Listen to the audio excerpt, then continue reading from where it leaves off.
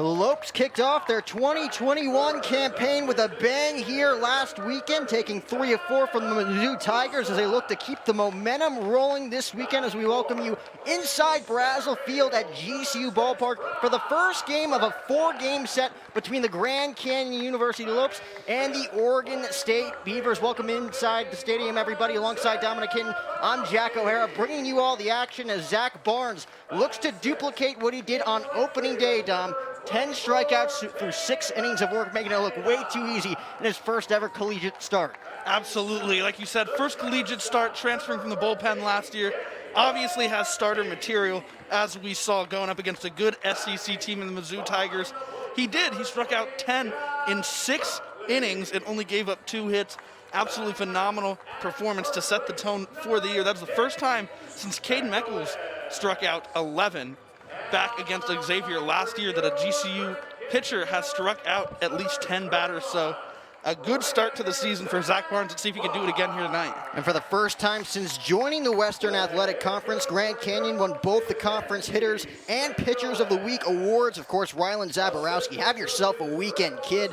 And then, of course, Zach Barnes, like you mentioned, claimed honors after turning in an impressive opening week performance himself. But Rylan Zaborowski, a 9-hit weekend in just 4 games. Absolutely, and a well-deserved award for that freshman who's not playing like a freshman at all. Like you mentioned, 9 hits, 5 runs, and 16 at-bats, including a home run and a triple, batting .562 coming into this weekend. An impressive start. Well, we'll have this matchup between the Lopes and the Beavers coming your way shortly, but right now we'll turn it over to public address announcer Jim Howell for prayer and national anthem. Don't go anywhere. And whose major is hospitality management. Please pray with me. Dear Heavenly Father, I thank you for today, and I thank you for everything that you have blessed us with. I thank you that these athletes get to come out here and compete and do what they love, and I thank you for the opportunity we get to come out here and watch them do so. I pray a prayer of protection and safety over all the athletes and everybody else involved, and I pray that whatever is done on the field is pleasing to you and brings glory to your name. We love you and we're thankful for you. In your name I pray with faith. Amen. Thank you, Anna, and God bless you. Ladies and gentlemen, we ask that you remain standing and join us as we honor our great nation with the playing of our national anthem.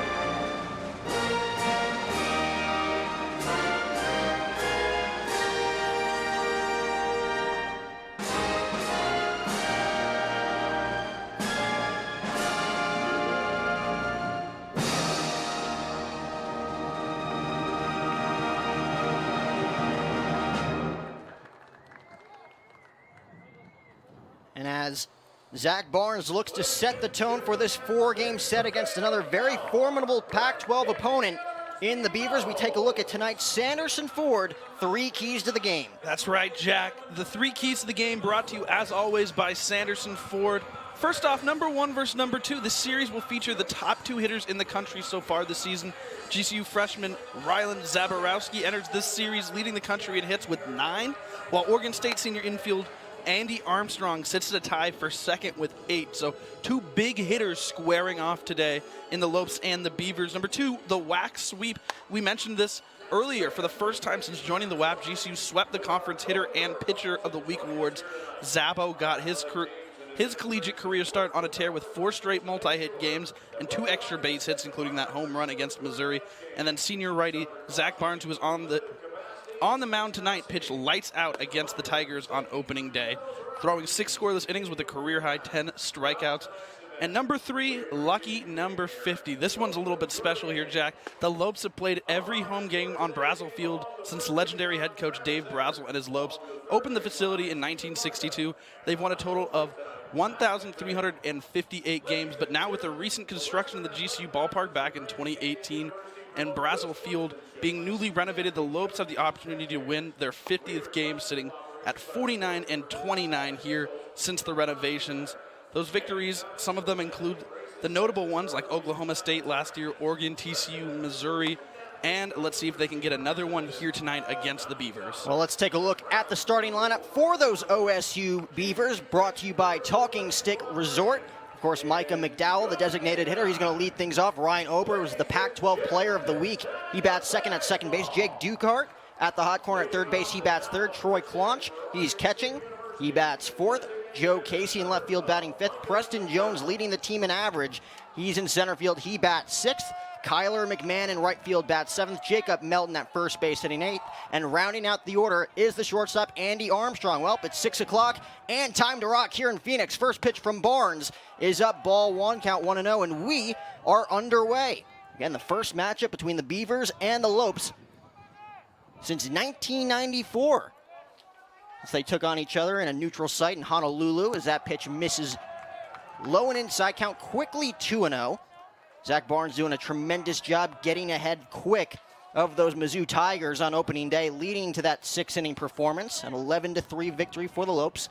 Went on to win 3 out of 4 games, scoring 36 runs in those 4 games. As the 2-0 pitch misses outside, he quickly falls behind 3 balls and no strikes on McDowell, hitting .333 in each of his first 4 games of the season. Looking to give Kevin Abel, the right-hander for OSU, a lead here in the first inning. Very competitive right-hander for the Beavers. Going to be a tough test for this Lopes offense as Zach Barnes dishes out a 4-pitch walk to start this one. So the speedy McDowell is aboard, and that will bring up, again, the Pac-12 Player of the Week, which was announced yesterday. Oregon State's powerful second baseman, Ryan Ober, hitting .429 to start his season. Made 10 starts while playing 12 games a season ago. He only hit .238 a season ago. So making his impact right off the bat in those first 4 games. 2 big wins against New Mexico. An opening day loss 3-2 over Kansas State. They were down 3-0 in the top of the 8th inning in that one before Ryan Ober launched a 2-run shot over the center field wall for his first home run of the season.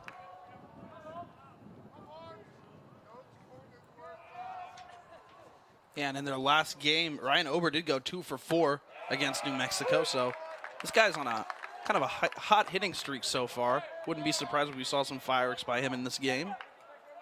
And a nice job by Zach Barnes, quickly getting ahead 0-2 after falling behind the leadoff man in McDowell. We'll see if McDowell is in motion here with nobody out in the top of the first inning.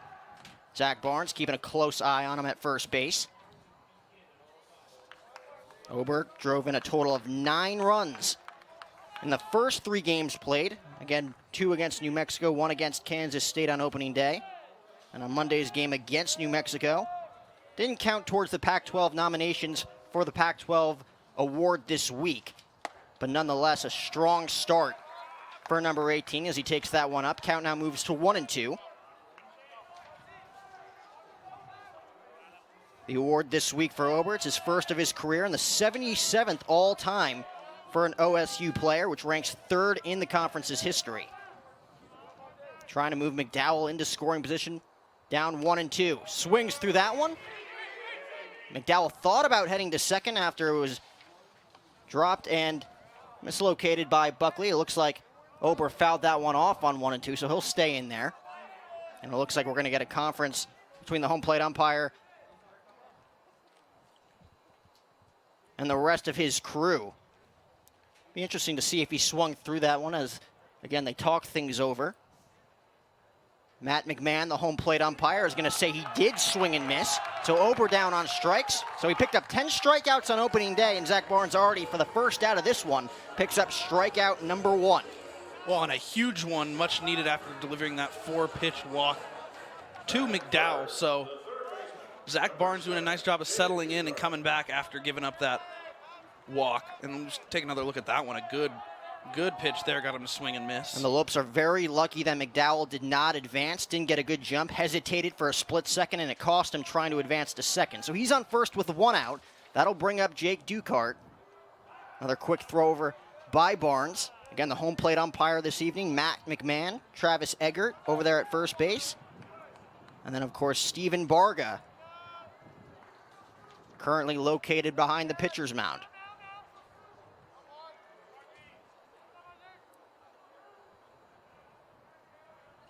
First pitch to Ducart. Misses outside, count quickly 1-0. He's hitting .286 to start his 2021 campaign. The Oregon native entering his sophomore season with the Beavers in the 3-hole, and a very impressive lineup. Of course, Claunch waiting on deck, hitting .538 to start the season, as well as Preston Jones leading the squad in batting average. That one chopped in the hole, going to be a tough play for Ortiz, trying to get the force play at second. He does on to first, not nearly in time to grab Ducart. But nice play there by Chenny Ortiz, able to get the lead runner, gobbling that one up deep in the hole. Yeah, Ortiz making a nice little play off that one. Throwing a little bit across his body, but able to get the lead runner, just unfortunately unable to roll too. But nonetheless, good job of getting that second out there. And with 2 away, Troy Claunch, like we mentioned, a .538 average to start his season. First pitch, misses up, count 1-0. He's got 7 hits in his first 13 at-bats, so not a small sample size in those first 4 games for Troy. Walked 3 times, picked up 4 runs batted in. And with 2 away now, it'll be interesting to see what McDowell does with his cleanup hitter at the dish. Cut on and fouled off, and the count levels to 1 ball and 1 strike. So after allowing the leadoff 4-pitch walk to McDowell, Zach Barnes has settled down, striking out Ober and getting Ducart to ground one in the hole at short. Yeah, and that's what you like to see out of Zach Barnes, a guy who's slowly becoming a veteran pitcher on this staff, rebounding nice after that first leadoff walk. 1-1 pitch, misses up, count moves to 2-1, and of course McDowell being sent back to the dugout on the force play at second base. So he was out on the force tag, and that will, of course, place Ducart on first base, being held on by Dane Stankiewicz. 2-1 count now coming to Claunch. Chopped foul on the left side, count level at 2 balls and 2 strikes. Jake Ducart, of course, hitting his first career home run in Sunday's win over New Mexico. Andy Armstrong, of course, rounding out the order at short tonight. Drove in a pair of runs, and that culminated in that Beavers 5-2 win over New Mexico on Monday at Surprise Stadium. Looking to score the first run of the night here for OSU. Again, keeping a close eye on him is Zach Barnes. Already with 1 punch out here in the top of the first inning. Yeah, good job of Barnes there, keeping the runner honest. Very close play, but he was back in time.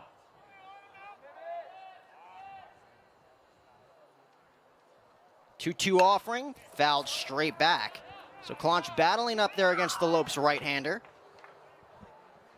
The win on Monday sent Oregon State to that 3-1 record that they currently hold, as of course those 4 games taking place in Surprise at the spring training home of both the Royals and the Texas Rangers. Outscoring their opponents 41-10 in those first 4 meetings. Lopes looking to limit the damage here with Barnes kicking things off. 2-2 pitch, ripped in the hole. Ortiz has it, goes with the force play again for the final out of the frame. So we'll head to the bottom of the first here in Phoenix. No runs on no hits. So Beavers nothing, and the Grand Canyon University Lopes coming to bat.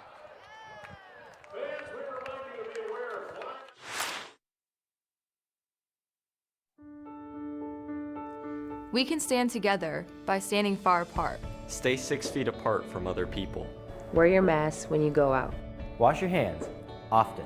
If you feel sick, stay home. Be respectful of others. The choices you make are critical. By protecting yourself, it helps protect all of us. Your actions can save lives. What we do now will shape our future. Stay safe.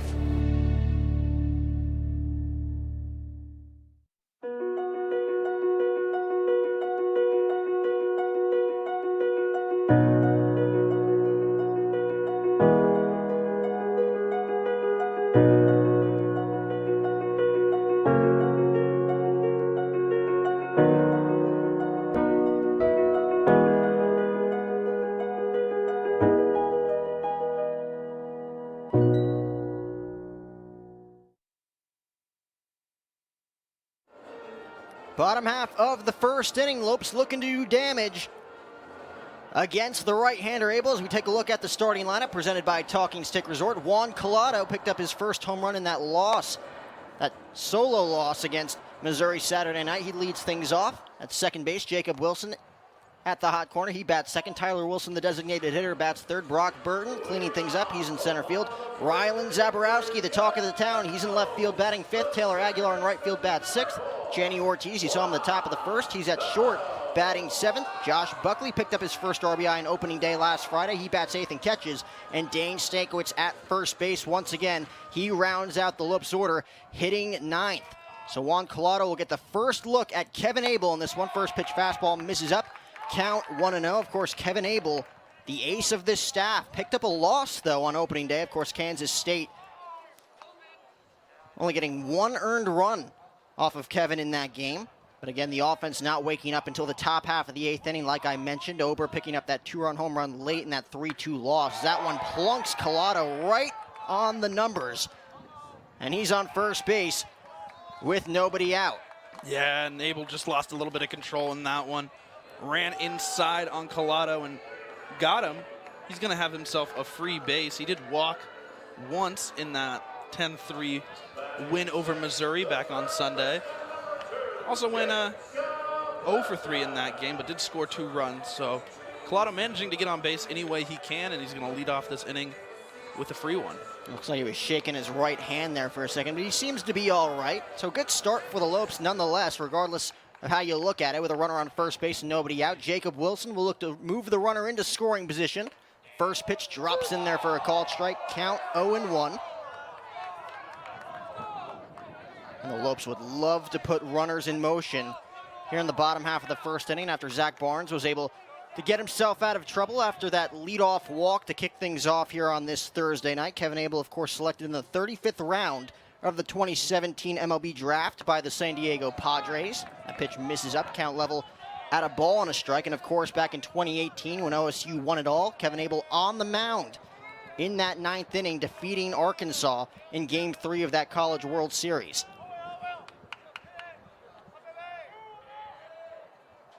Was 8-1 with a 2.88 ERA in 23 appearances that year, culminating in that national championship as Wilson calls time, granted by Matt McMahon behind home plate.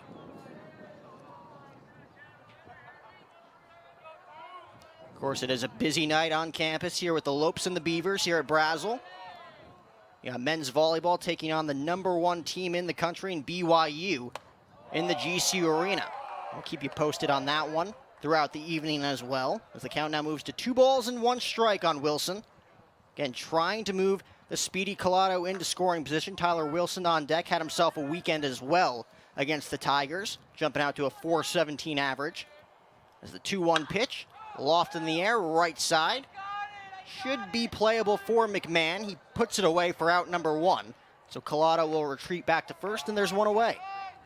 Well, Wilson just getting under that one, not deep enough to advance the runner. I'm sure he wishes he could have that one back, but we got one out and one on first base now.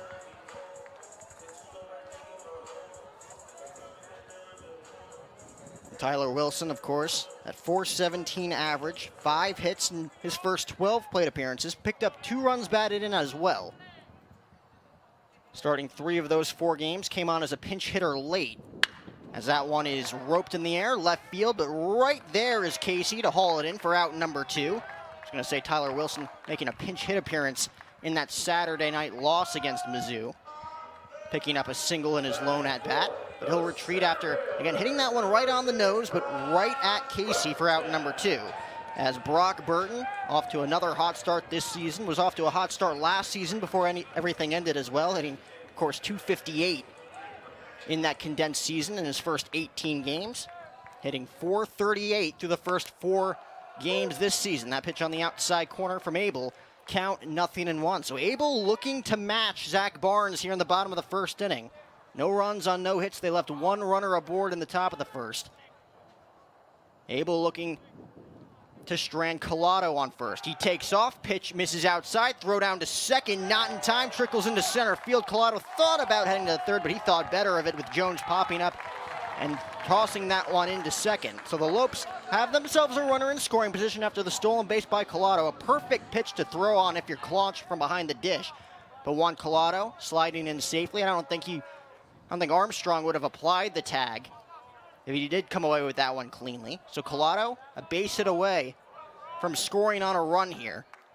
It'll be a 1-1 to Brock Burton. Already has himself 1 ribby this season. Swings through that one, was able to take something off there as Burton was way ahead of it. Count moves to 1-2. And already I love the aggressiveness by COLATO on the base path, nabbing that one. Very close play, almost got thrown out like you said, but the shortstop just unable to field that one cleanly, and nonetheless, COLATO in scoring position, a good position to be in for the Lopes. 1-2 pitch, cut on and missed. An impressive first inning for Kevin Abel, as we will move to the top half of the second. No runs on no hits for the Lopes. They leave 1 runner stranded. Zach Barnes back out on the bump. We'll be right back. While you explore our country, let Community Tire Pros be part of your journey. We're here to give everyone something to look forward to. Message us or schedule an appointment online at Community Tire Pros today. Tire Pros, we're here for you. When I think back on graduation day, it's such a special moment. Walking across the stage, hearing your name called. I think I would really regret not walking. I think being able to finish out a long college experience with an awesome moment like graduation is really special. If I hadn't decided to walk that day, I think I'd regret not having that sense of closure and accomplishment for that huge chapter in my life. My name's Noah and I graduated in 2015. My name is Lauren and I graduated in 2016. Herff Jones, by your side. When you have the urge to play outside, Tire Pros wants to get you there, offering convenience, selection, and our national roadside assistant. Message us or schedule an appointment online at Community Tire Pros today. Tire Pros, we're here for you. So after allowing the leadoff man in each of their first innings of work, Zach Barnes and Kevin Abel able to work themselves out of trouble. You take a look at the numbers there, like we've mentioned throughout last weekend, as well as so far here tonight. 6 innings of work, those 10 punch-outs against Mizzou here last Friday afternoon on opening day. Barnes will deal with the 5, 6, and 7 hitters in the Beavers order. First pitch cut on and missed by Casey. Count 0-1. It'll be Casey, Jones, and McMahon looking to give Kevin Abel an early lead here. So Zach Barnes, of course, delivering the 4-pitch walk right out of the gate to McDowell, left him stranded. Abel plunking Juan COLATO on a 1-0 fastball to put him on first with nobody out. Both men able to get themselves out of those jams. Casey hitting .294 to kickstart his 2021 campaign. Like we mentioned, a very dangerous middle part of the order for OSU as that pitch misses in the dirt. Nice block there by Buckley, but the count now moves to 2 balls and 1 strike. Well, Zach Barnes, an absolute workhorse in this rotation. You mentioned obviously going 6 innings in the start last Friday, but also last year tied Cohen Wynn with the most used pitcher on the team with 10 appearances. So a good transition from bullpen to starter play. That one's driven deep to left center field. Going back is Zabo. He's at the track, at the wall. Set it off. Solo home run for Casey. It's his 3rd of the year, and just like that, the Beavers are out to a 1-0 lead, and he did a nice job waiting back on that one and serving it over the left center field wall. Yeah, he got all of that one. I believe took that one about 390, maybe 400, but that one absolutely crushed, sat back on that one and gave it a ride. So he came into that at-bat with 2 home runs and 8 ribbies already through the first 4 games. We mentioned this middle part of the order, very dangerous for Zach Barnes to be dealing with in this one. left that one over the heart of the plate. And Casey took its exception as you take another look. And that one just clearing the left center field wall out there for the first run of this ball game. First pitch in there for a called strike on Jones, count 0-1. And of course, we mentioned Preston Jones, both him and Claunch coming into this game with .538 batting averages. So the senior right-handed bat looking to add to the damage here in the second after the leadoff solo blast. It's quickly behind in the count, no balls and 2 strikes as Zach Barnes able to perfectly execute that off-speed pitch. Just like we saw in the first inning, allowing that 4-pitch walk. Zach Barnes comes right after the next hitter, getting ahead quickly, no balls and 2 strikes.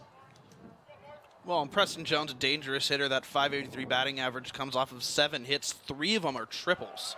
So this is a guy that has the long ball power for sure, as well as the speed on the base path. Casey came into that at-bat before that home run with 7 hits in his first 15 at-bats, now has 8 hits. Of course, Jones comes into this at-bat with 7 hits in his first 12 at-bats.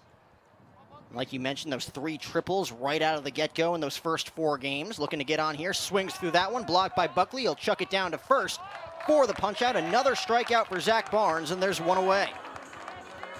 Well, so good by Zach Barnes, responding after giving up that absolute moonshot, coming back and getting that put out.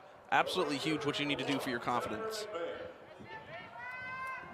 So with 1 away, that'll bring up another very dangerous right-handed bat in this order. Kyler McMahon off to a red-hot start in the 7-hole tonight for OSU. Hitting .429 as that one misses low, count 1-0. Yeah, and in their game against New Mexico a few days ago, Kyler McMahon went 2 for 4 and scored himself a run. So McMahon firing on all cylinders offensively so far in this early season. Has himself an 11-game hitting streak coming into this Thursday night matchup. That one drops in there perfectly as the count levels at 1-1. Zach Barnes couldn't have placed that one any better. So you take a look at the numbers. Seattle, Washington native. Like we said, the junior comes into this one with an 11-game hitting streak. Finished with a pair of hits, a double in the 4th and a single in the 8th in that win against New Mexico Monday to extend that streak as he swings through that one. Count now moves to 1-2. He is 20 for 40 during this hit streak dating back to last season. For those of you doing the math at home, that is a .500 average during this hitting streak for Kyler McMahon. And that's impressive and so hard to do. Congrats to this young man starting off this season strong. 1-2 pitch, chopped foul, so he stays alive against Zach Barnes. Again, Ober in the 2 spot, the Pac-12 Player of the Week. You got Ducard in the 3-hole.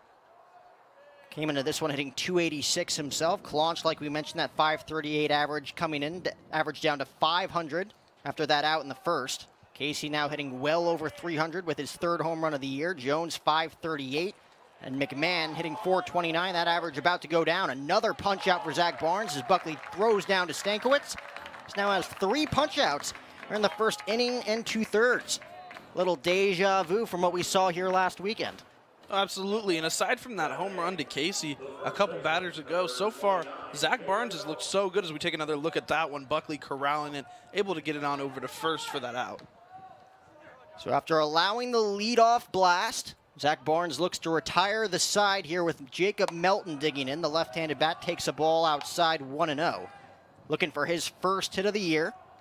Has himself 1 ribby, but only 4 at-bats thus far as the platoon man over there at first base for the Beavers. 1-0 pitch. Misses outside. Barnes trying to paint that outside corner to the bottom 3rd of this batting order for OSU. Again, a premier Pac-12 opponent this weekend for the Lopes. Mizzou Tigers were no joke. The Lopes able to take 3 of 4 from them. Going to be a different test here this weekend in this 4-game set. Count quickly, 3 balls and no strikes on Melton. Of course, Barnes looking to set the tone tonight before Pearson Old takes the mound tomorrow. You can catch that game on Fox 10 Extra. Barry Butel calling the action. And we'll be right back here Saturday. Jack Schneider on the bump for that Saturday afternoon matchup as another 4-pitch walk dished out by Zach Barnes. 2-out base runner for OSU. And then, of course, we'll be back here Sunday as well as the youngster Carter Young will be back out on the bump for the Lopes to finish off that series. For the Lopes hit the road for the first time this season. next weekend after this 8-game homestand to kickstart the season. We mentioned Armstrong's numbers coming in, hitting .533. Already has himself 8 hits. That one drops in there for a strike. Count 0-1. We mentioned this is only Zach Barnes' second career collegiate start in his senior season. Getting the nod from Coach Stankiewicz on opening day for his first ever start. Did not disappoint. He's tied with Cohen Wynn for the most usage for a pitcher on the team with 10 appearances last season, as that one's going to drop in to center field for a base hit. Playing it on a hop is Burton. Quickly fires in, and just like that, OSU, after picking up the first run of the ball game to kickstart this inning, are in business once again. Runners on first and second with 2 outs. Yeah, and they're going to stay in this game all the way. They could be down 2 outs, but nonetheless, they're going to continue to produce because this lineup is so good, just purely off the numbers alone on paper, but they're able to put it all together, and they're showing it here why you can't even count them out with 2 outs. That'll bring up the very dangerous leadoff man in Micah McDowell, the designated hitter. Walked on 4 pitches in his first at-bat. Chops that one over the head of Barnes. Going to be a tough play for COLATO. Fields, fires, and makes the play just in the nick of time. So that'll end the inning as the Lopes trot off the field. We'll go to the bottom of the second. 1 run on 2 hits. The solo blast off the bat of Casey. Let's go to the bottom of the second. It's 1-0 Beavers here on GCU TV.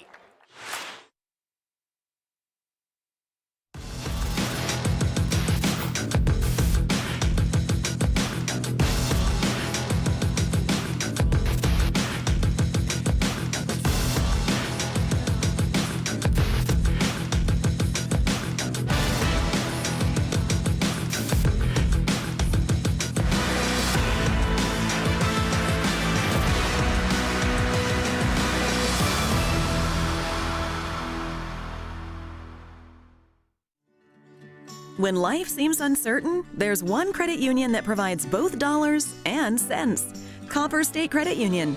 With solutions that focus on our members, you can take advantage of competitive rates, free cashback checking, and local attentive service. Uplifting our community is a standard we live by. That's why thousands of your Arizona neighbors rely on us. Strengthening Arizona families through financial empowerment. That's Copper State Credit Union. OSU has jumped out to a 1-0 advantage here in the second inning. Kevin Abel looking to keep that a 1-0 game. 5, 6, and 7 hitters for the Lopes. Rylan Zaborowski has been the talk of the town over the past week as that pitch misses up, count 1-0. Of course, the reigning WAC hitter of the week after picking up 9 hits in his first 4 games. 3 for 4 on opening day, picking up 2 RBIs. So that one drops in there for a strike. Count level at 1-1. Picked up that mammoth solo home run well over the left field wall, well over 35th Street off of Andrew Vail, the left-hander for the Mizzou Tigers. So 1-1 pitch, cut on and missed way ahead of that one. Is able to fool him there. Count moves to 1-2 on the Lopes premier phenom left fielder. Again, the Gilbert native. Yeah, and he's just so good. This is a guy that's coming in, patrolling left field, has that position on lock, and has just really adjusted well. We saw in the fall that he got some reps at first base, didn't know where he was going to be seeing him, but he's found himself every day in this lineup hitting well. He got the cleanup spot in the win against Mizzou on Sunday, and he's just firing on all cylinders. 2-2 pitch. Goes down looking for another punch out for Abel, and there's one away.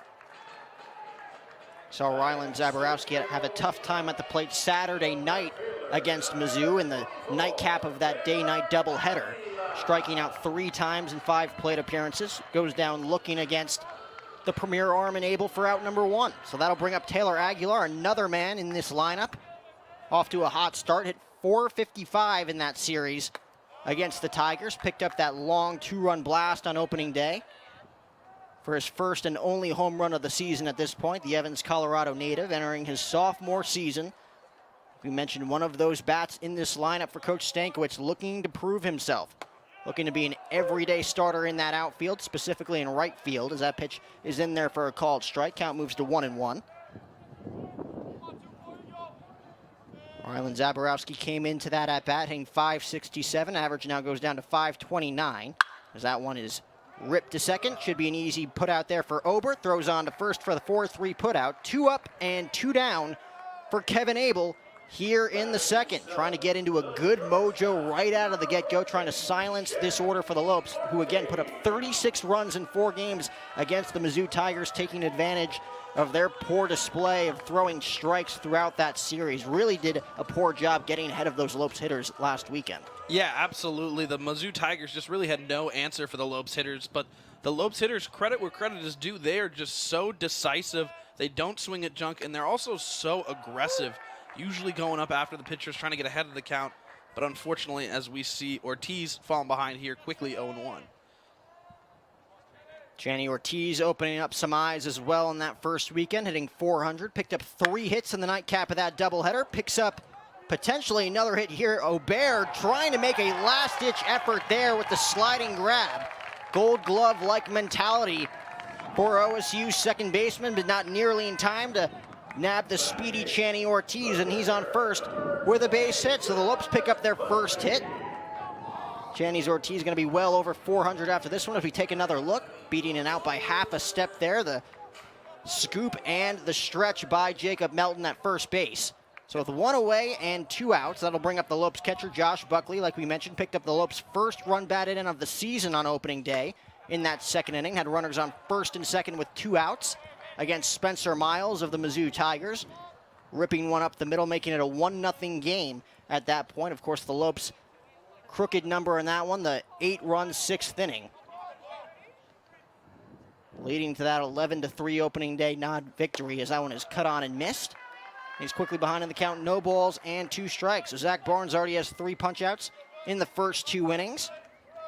Kevin Abel looking to pick up his third right here in the form of Josh Buckley. Buckley trying to move Ortiz into scoring position with the Lopes redshirt senior Stankiewicz waiting on deck. Abel gets the sign from Claunch. The 0-2 pitch on the outside corner misses up. Count moves to 1-2. And that was a close pitch there, but just a little outside of the zone. A good job by Buckley with a good set of eyes there. Not chasing that one, not trying to do too much on it. Channy looking to get a good lead off of first, as Abel able to keep a close eye on him. And with 2 outs, nobody on. Lopes just picking up their first hit. Wouldn't be shocked to see Ortiz in motion here, as that one's cut on and missed. Third punch out for Kevin Abel. Has showed up to pitch here tonight in each of the first 2 innings of work. So the Lopes pick up 1 hit. They leave 1 runner on. Let's go to the third. It's OSU 1, GCU nothing. You're watching GCU Baseball. We'll be right back. Sanderson Ford is taking their President's Day sale over the edge with a sign and ride $299 a month lease on a new Ford Edge. Save thousands on EcoSport, Ranger, and Explorer.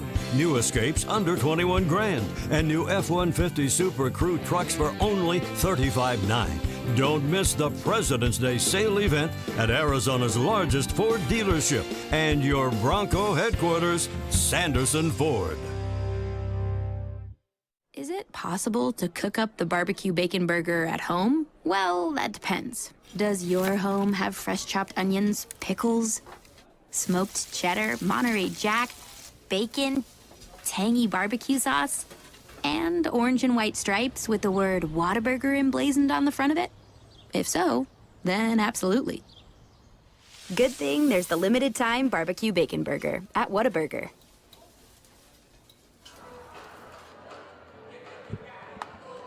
Zach Barnes looking to limit the damage here in the third. Again, just 1 run on 2 hits in each of his first 2 innings of work. Gave up that solo blast to Casey to kickstart the top half of the second inning, and that's where we stand, as he will now do battle against the heart of OSU's batting order. Ober, Ducart, and Claunch looking to give Kevin Abel a sizable lead early on, and this one has looked very impressive against his first go-around in this Lopes order. Picking up 3 punch-outs in the process. Zach Barnes, 3 punch-outs to his own name. Struck out Ober in the first inning. Swings through that one. Count quickly 0-1. Yeah, Zach Barnes so far, through these 2 innings of work that we've seen him, has just been really, had his stuff, had everything working for him, but unfortunately that hot bat of Casey just took him yard, and that's the one blemish so far.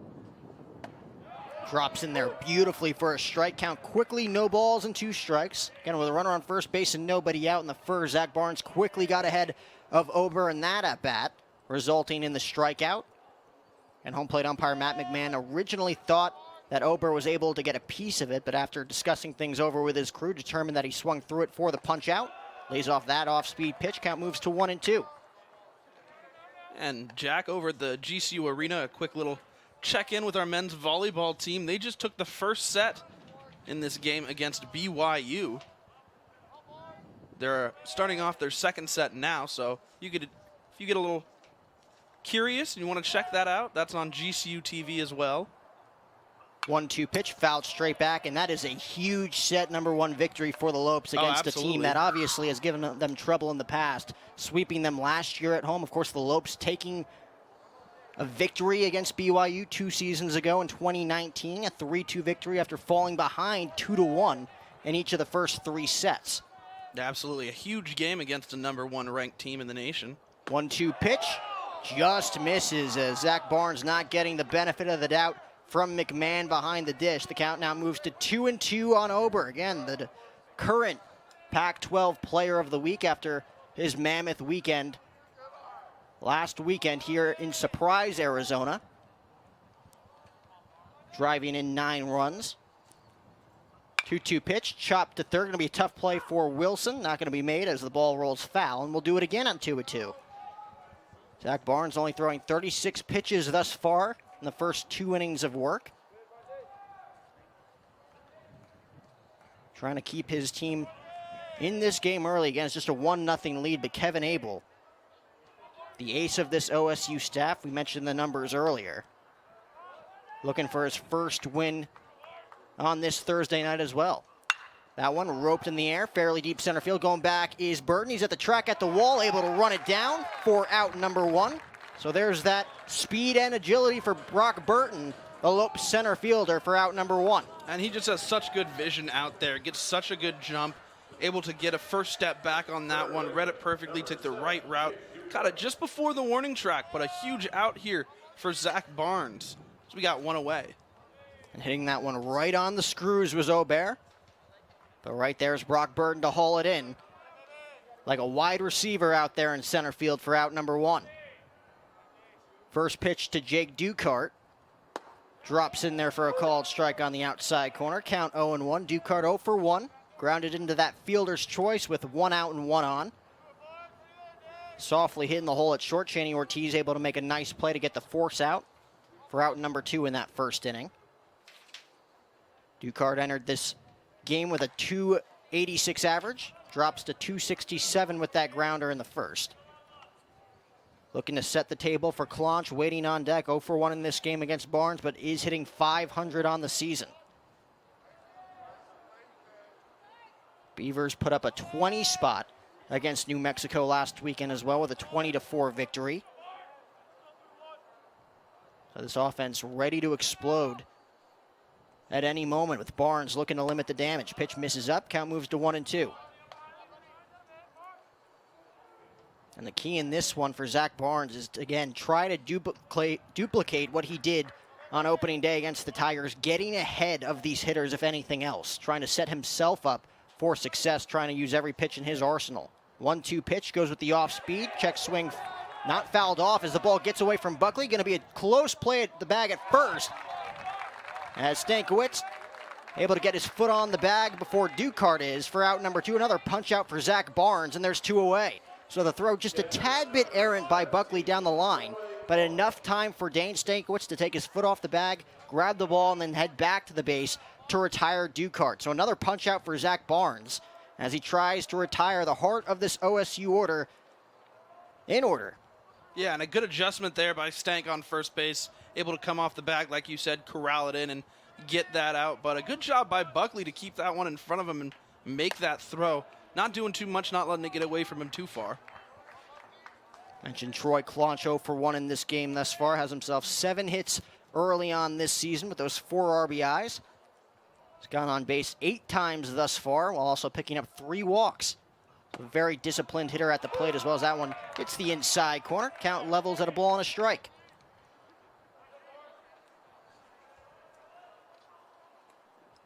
In 9 relief appearances a season ago, Zach Barnes did not allow an earned run in 9 2/3 innings pitched. He's already allowed 1 earned run this season. It was in the second inning, as that one's laced into right field. A 2-out base hit for Claunch. That'll raise his average well above 500 early on in this 2021 season.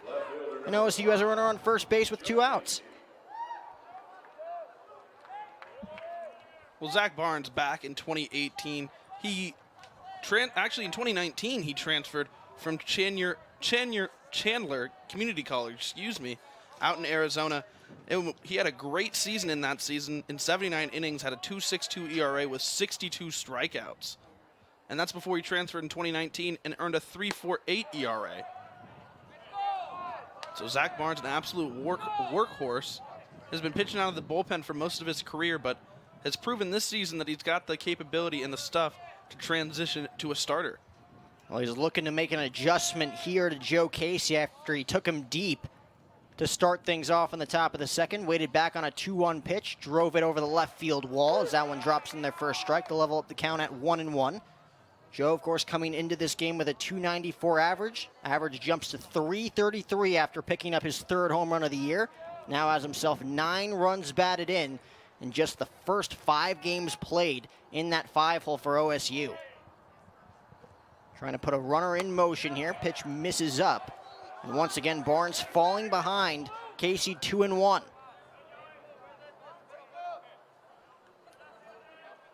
Lopes picking up their first hit of the night in the bottom of the second. Channing Ortiz with an infield base hit on the right side. That is their lone hit in each of the first 2 innings against Kevin Abel. Not a big lead over there at first base for Claunch. A very minimum speed as that one is fouled straight back. Not a play. Count now levels at 2-2. Casey just getting underneath that one. It's a very similar pitch to what we saw in the second inning, where he was able to wait back and, of course, slice it in the left field. Just getting underneath it there. Yeah, timing not the same for Claunch on this one. Obviously, like you said, what he was able to do in that second inning, very impressive. We'll see if Zach Barnes can make those adjustments and retire him here. Barnes already has himself 4 punch-outs in this one. That one is cut on and fouled off the foot of Casey. So Casey battling up there. This will be the 6th pitch of this battle between Barnes and Casey. We're in the top of the 3rd inning. 1-0 lead for the Beavers on Joe Casey's solo home run back in the 2nd inning. Of course, the Lopes will be looking to break through offensively against Abel in the bottom of the 3rd. 9-1-2, Stankiewicz, Colato, and Wilson against the Beavers right-hander, looking to set the tone in this 4-game set. Runner leads off first, 2-2 pitch, cut on and missed, strikeout number 5 for Zach Barnes, and that'll do it here in the 3rd. So one more hit, he's stranded. Let's go to the bottom of the 3rd, 1-0 OSU here in the desert. As a kid, I always dreamed of being a Division I athlete. GCU supported that dream, and they also allowed me to get an education. So when I came to GCU, I was able to transfer enough credits in to fast-track my education. So I graduated in 3 years with a master's, and I did it debt-free because I had athletic and academic scholarships. I'm Mackenzie, and I earned my MBA from Grand Canyon University. There's thunder in all of us. Come find your purpose at Grand Canyon University. Once you've been to hell and back, there's not much left to fear. When the boogeyman goes to sleep at night, he checks under his bed for me. Have you ever wondered who Waldo's hiding from? Me. Not even the Cougars of LA are enough to scare me. But if I get into an accident, I'm calling the boss, Sweet James. If you've been hurt, don't back down. Call Sweet James. Bottom half of the 3rd inning, superb pitching thus far in the first 2.5 innings. Kevin Abel looking for his 3rd shutout inning here on this Thursday night. He'll battle the 9, 1, and 2 hitters for the Lopes, trying to break through against a very dominant right-hander. We talked about the numbers. He was on the mound throwing a 2-hit shutout in that very decisive Game 3 of the College World Series between Oregon State and Arkansas back in 2018. Yeah, and this is a guy that has, like you said, experience in those big game situations. He also has a career high. Twice he has struck out 11 batters, most recently against West Virginia back in March of 2019. So this is a guy that has the strength to go the distance in these long games, has been in big game situations. There's a reason why he's a premier pitcher in the Pac-12. Dane Stankiewicz lays off that pitch on the outer part of the plate. Count moves to 1-1. Has himself one hit thus far this season. Was a double on Sunday. Picked up an RBI on opening day as well as a part of that 8-run 6th inning. Swings through that one way ahead, is able to fool him there. Count moves to 1-2. And a good-looking double that he picked up on Sunday, too, Jack. Stank sent that one right in the gap, kind of between left and center.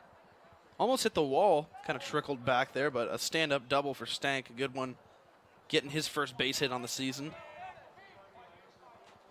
Outfield playing Stankiewicz to the left there is that one. Misses low and inside. Dane Stankiewicz trying to fool everybody, saying he was hit by a pitch there for a second, but to no avail. He'll be back in the box here. 2 balls and 2 strikes.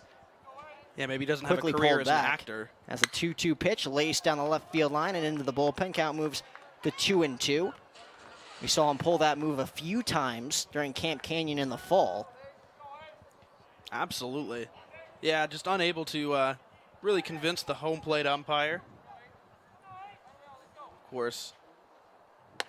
That one drops in there for a called strike 3. Boy, I'll tell you, Kevin Abel has been filthy to this point through his first go-around in the Lopes order. He now has 4 punch-outs in the first 2 1/3 innings, and that'll bring up Juan COLATO. Trying to mix things up here as Abel is set to face the Lopes order for a second go-around. On last inning, Jack, you mentioned that Kevin Abel was looking to find his mojo, and I think he's found it. This guy has found his rhythm so far, and GCU just needs to be a little bit more decisive. They're good hitters. They have the eye and the high baseball IQ. They have the chance to get ahead of him if they want it. He's only thrown 31 pitches to this point, and you saw right there Juan COLATO not wasting any time going after the first pitch fastball up in the zone. Just got underneath it, fouled it straight back, and now he's quickly behind in the count, 0-2. So Abel comes at him with 2 straight fastballs. We've already seen his curve tonight, absolutely filthy to this point. Here in the third, COLATO looking to wait back on 0-2. He goes with the curve again and absolutely fooled as he'll be back, or he'll get sent back to the dugout. 6 punch-outs now.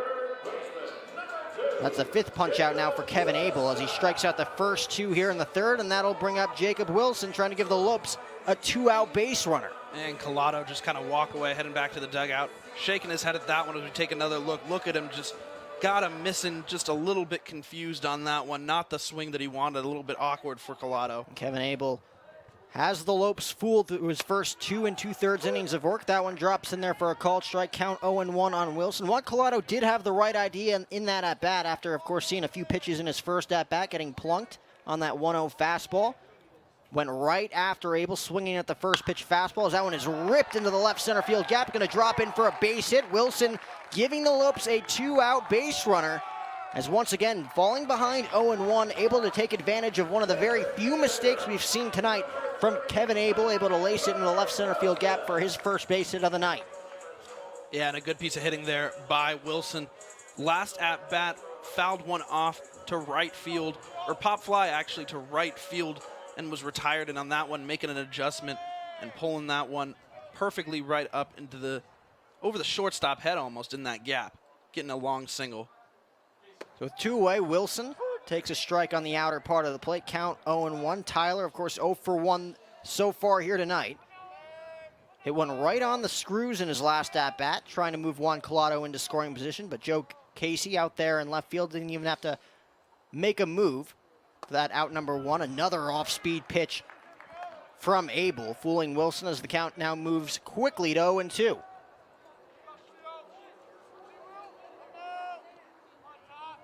Juan COLATO, the sole runner in scoring position tonight for the Lopes. That was in the first. It'll be an 0-2 to Tyler Wilson. McMahon says he goes around. 3 pitches, another strikeout as Kevin Abel strikes out the side. We will head to the 4th. 6 punch-outs now for Abel. It's a 1-0 Oregon State lead. You are watching GCU Baseball. We'll see you in 60 seconds. From reimagining the way you work to reassessing what you need, you've changed the way you do business. And now, so have we. With no annual contracts and flexible internet and voice solutions, you'll have what you need to get back to business. Rethink, reconnect, reimagine. Switch to Cox Business today. It's not about where you were born. It's not about your gender or the color of your skin, or whether you're rich, poor, or in the middle. No matter what you play, if you have the skill and drive to succeed in school and in sports, we'll provide the opportunity. Top half of the fourth, Zach Barnes. Only one run allowed on 3 hits. Through the first 3 innings, Kevin Abel has just been that much better. 3 innings of work, shutout baseball, has himself 6 punch-outs to Zach Barnes' 5 thus far. Yeah, and if you're Coach Stankiewicz, you really can't ask much more from your starting pitcher here in Barnes. He's done well, pitched, you know, had good location, had some good stuff so far, really been in control of his command, but just unable to match what Kevin Abel's doing on the other side. Preston Jones leading things off for the Beavers. Mentioned his hot start coming in this one with a .538 average. Looking to set the tone here in the fourth. 6, 7, and 8 for the Beavers, trying to add to their lead. They would love to give Kevin Abel a sizable lead with a few insurance runs early in this one. Preston, one of the 5 strikeout victims thus far from Zach Barnes. 1-1 pitch, cut on and missed. Gets him with the fastball there, and the count moves to 1-2. And Preston Jones led the team, like you mentioned, with the .583 average. He also has those 8 runs scored and those 3 triples, so definitely a threat, something you want to look out for. 1-2 pitch, misses low in the zone. Nice block there by Josh Buckley, as the count now is level at 2 balls and 2 strikes. And like we mentioned, off to a red-hot start. Preston Jones only played in 8 games a season ago with a .167 average. He did drive in 3 runs, picked up 2 walks in the process. Was an all Pac-12 defensive honorable mention in 2019 out there in right field. There's a 2-2 pitch, chopped foul. So the leadoff man battling here against Barnes. We mentioned that pitch count way down for Abel. So far through the first 3 innings of work, 56 pitches to this point for Zach Barnes. Looking for his first out here in the fourth.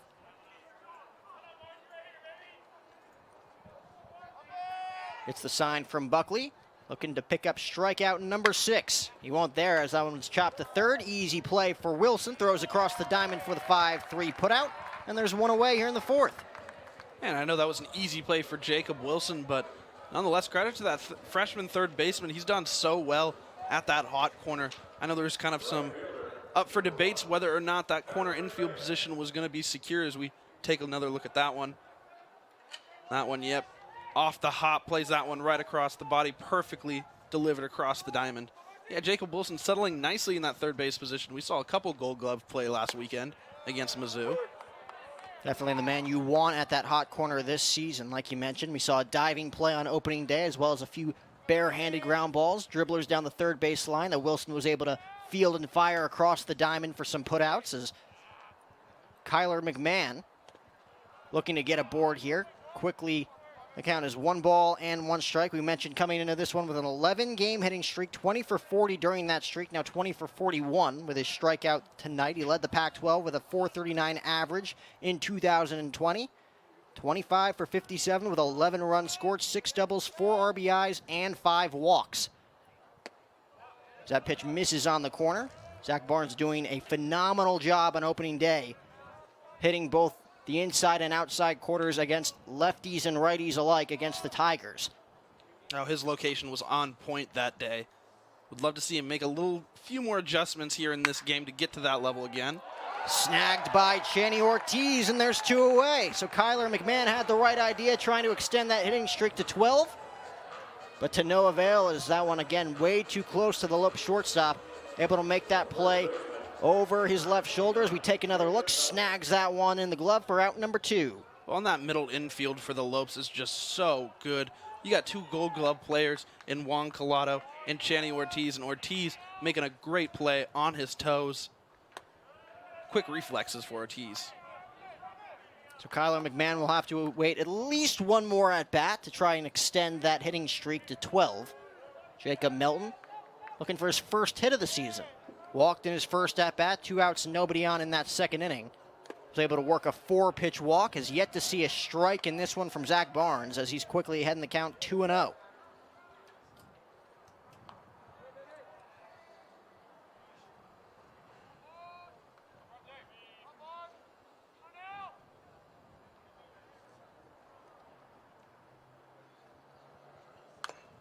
Duo pitch is fouled straight back. Count moves to 2-1. And of course, we were talking about Kyler McMahon's numbers. It's safely in 13 of the team's 14 games a season ago to go along that .439 batting average. Ended the season on a 7-game hitting streak, which he has, again, brought into this season throughout the first 4 games. There's a 2-1 pitch. Paints the corner, levels the count. 2 balls and 2 strikes. Another thing Zach Barnes did very well last weekend. He didn't do it much, though, Dom. But when he did fall behind in the count, was able to battle his way back. Falls behind 2-0 here to Jacob Melton. Battles back to level the count at 2-2 as he gets the sign from Buckley.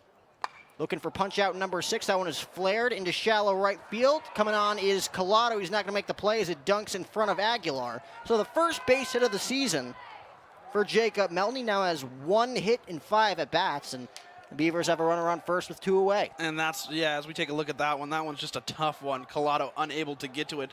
Took the right angle, but that one just got down too fast. A little blooper and a base hit for Melton. A hint of luck there for Jacob. Kind of seemed fooled on that 2-2 offering from Barnes with the off-speed pitch low in the zone. Just able to get a piece of it and flare it into right field. So Armstrong, again, we mentioned his numbers, .562 to start the season. Going is Melton, hit and run on by the Beavers, but that one fouled straight back. Count quickly 0-1 on Armstrong. Picked up a single in his first at-bat in the second. That moved Melton into scoring position, putting runners on first and second with 2 away for McDowell, who grounded one sharply to second base. So the Beavers looking to put something in motion here after getting a 2-out base runner. Zach Barnes desperately looking for an easy 1-2-3 frame here in the 4th. Trying to keep this a 1-0 deficit for his offense that broke out in a big way last weekend. 0-1 pitch, cut on and missed. Fools Armstrong, and the count quickly 0-2. Good looking pitch there by Barnes. Barnes so far has stayed in this game, kept his team in this game. He's been looking good. He's had his stuff. Other than that 1 home run that you wish you could have back, he's been in this. 71 pitches to this point. This will be his 72nd pitch, looking for punch-out number 6. Pitch misses outside, goes with the fastball in the outer part of the plate, doesn't get Armstrong to budge. Count moves to 1-2. Armstrong looking to pass the baton to McDowell, waiting on deck, the 300-hitting leadoff man for the Beavers.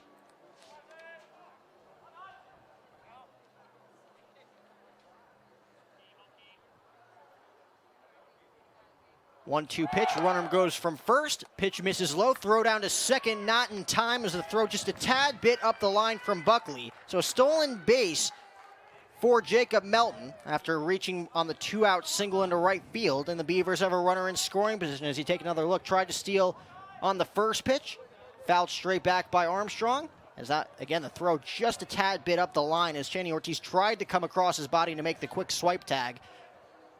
Close but no cigar. So a 2-2 offering coming now from Barnes. Again, 72 pitches now with a runner in scoring position. Already has himself 5 punch-outs. 2-2 pitch, cut on and missed. He's got himself 6 punch-outs. So we'll head to the bottom of the 4th inning as Zach Barnes continues to wheel and deal for the Lopes. Kevin Abel looking to do the same for Oregon State as we go to the bottom of the 4th. We'll see you in 60 seconds.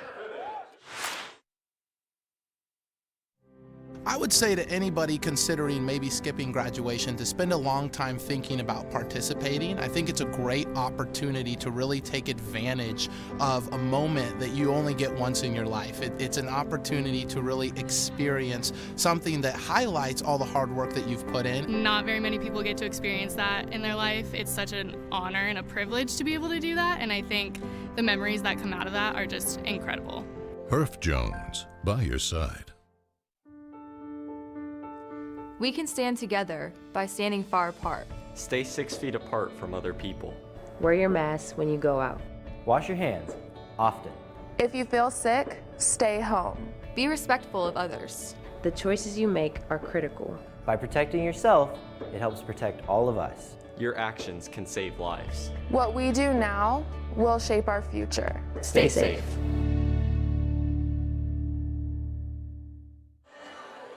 Zach Barnes has himself 6 punch-outs through the first 4 innings as we take another look. Silencing Armstrong there with a 2-2 off-speed pitch, getting him to swing and miss.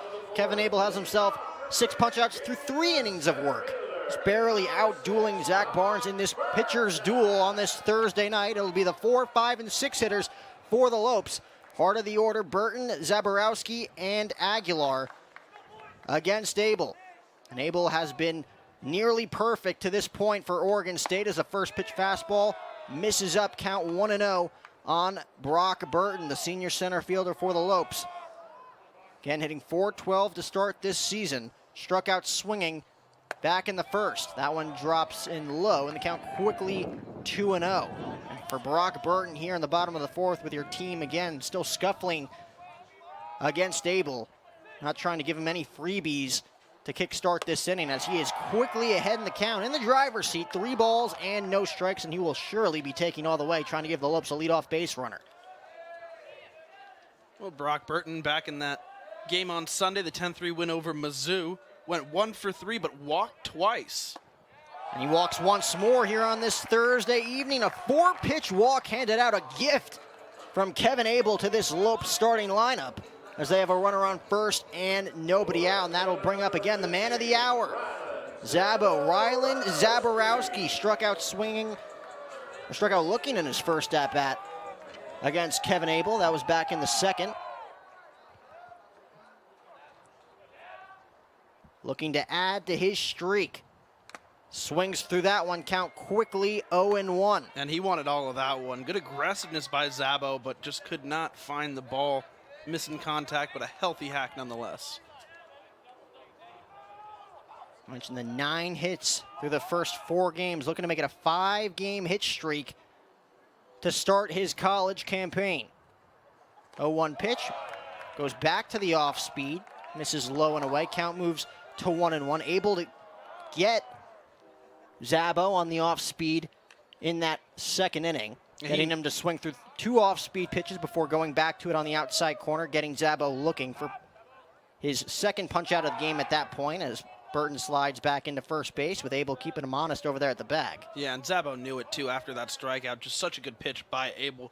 Zabo had nothing to do but smile and shake his head, trying to make these adjustments. Hopefully he'll get it back here on this at-bat. And Abel with 6 punch outs already, with Zabo being one of the victims. 1-1 pitch drops in there beautifully for a called strike, and the count moves to 1-2.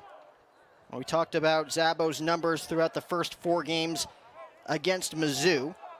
Also talked about his average from a season ago in his senior campaign in high school, hitting .727 in that condensed season. It's a 1-2 pitch. Cut on and fouled off. Zabo just barely able to stay alive there to keep himself in this at-bat. Finished hitting .444 through 40 career games in 3 years at the varsity level.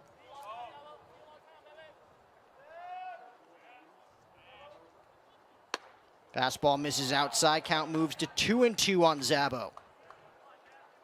For the Lopes being very disciplined here in this 4th inning.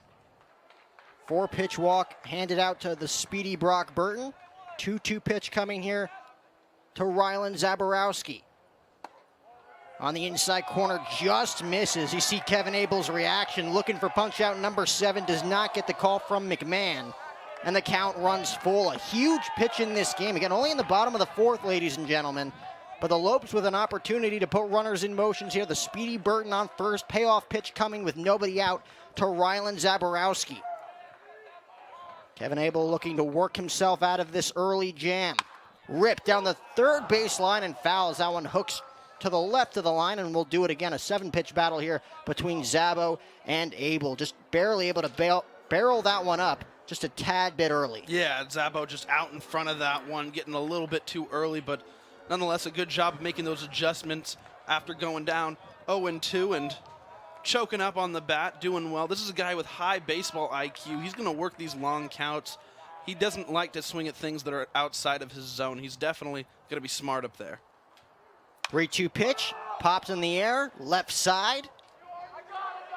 Should be an easy put out on the third base side, and it is by Jake Ducart for the first out. So that one barely breaking the infield as Zabo just got underneath that one on the payoff pitch. A huge out, number 1 in this inning for Kevin Abel. Just think you put runners on first and second, at the very least there for the Lopes. You got something cooking against the Beavers ace. As you take another look, payoff pitch over the heart of the plate. Rylan Zaborowski being challenged by Abel, and he loses the battle. So he's 0 for 2 now, and that'll bring up Taylor Aguilar with a runner on first. Quick throw over by Abel. Again, trying to keep the runner honest over there at first base in the speedy Brock Burton.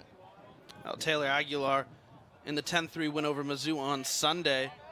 Did not start the game, got the day off, but came in for a pinch hit and went 1 for 1, the RBI.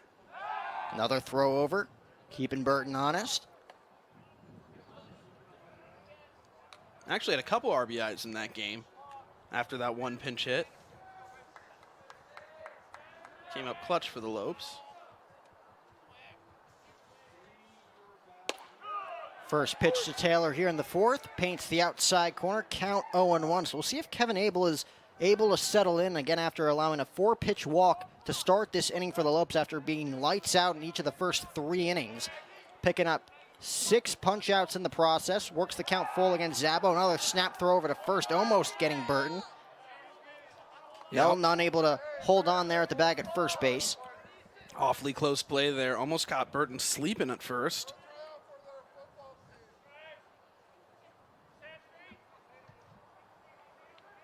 Taylor grounding out sharply to Ober back in the second. Swings through that fastball. A healthy hack from the Lopes right fielder, but the count is now quickly no balls and 2 strikes. So again, with a full count offering to Rylan Zaborowski with a runner on first and nobody out, he pops up to shallow left. And now it looks like Kevin Abel is settling back in here quickly ahead in the count. No balls and 2 strikes on the Lopes right fielder. Goes with the off-speed pitch there, low and away, trying to get Aguilar to chase, but no bite. Count moves to 1-2.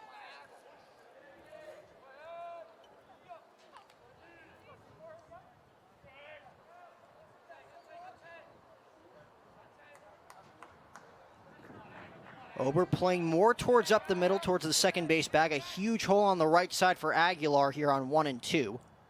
The first baseman holding on the runner. That one gets away. Moving to second is Burton. Going to be a close play. Not in time as Burton slides in ahead of the tag from Armstrong. So that one just barely gets away from Troy Clonch behind the dish as we'll take another look.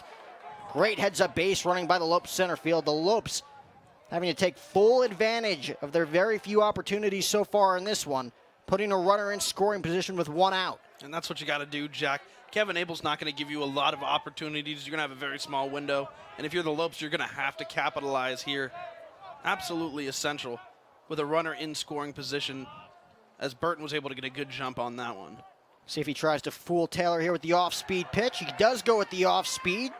Gets him to swing through it. That one is caught by Clonch, so Aguilar will head back to the dugout. He's now 0 for 2. A huge punch-out in this inning for Kevin Abel. He now has 7 strikeouts, and there's 2 away. Kevin Abel firing on all cylinders, really just has his mojo working for him so far.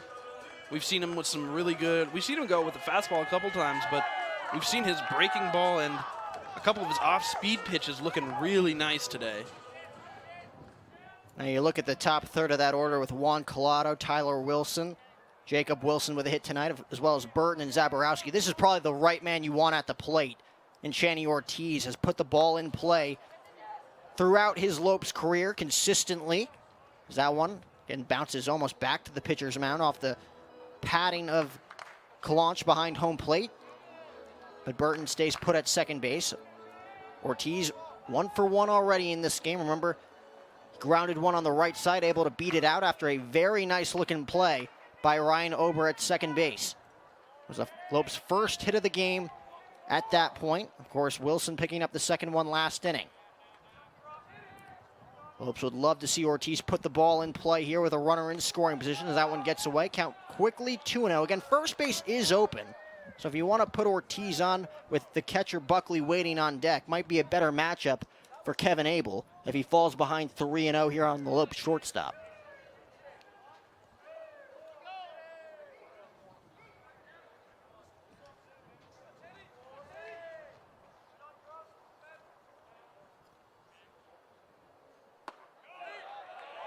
Abel looking for the called strike there on that off-speed pitch. Just misses up. Count moves to 3-0 on Chaney. And a good pitch to miss there if you're able.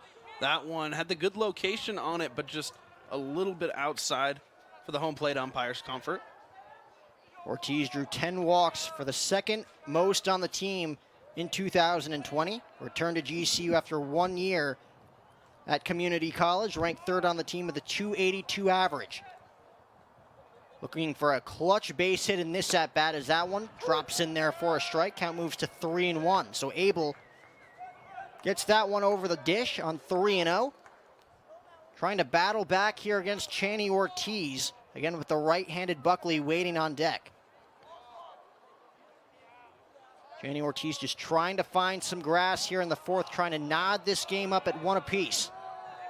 And Zach Barnes has been electric through each of the first 4 innings. The one blow off the bat of Joe Casey. He's out there in left field. Picked up his 3rd home run of the season. That was in the top half of the second. Yeah, and that's really been the only blemish so far in Zach Barnes' start tonight.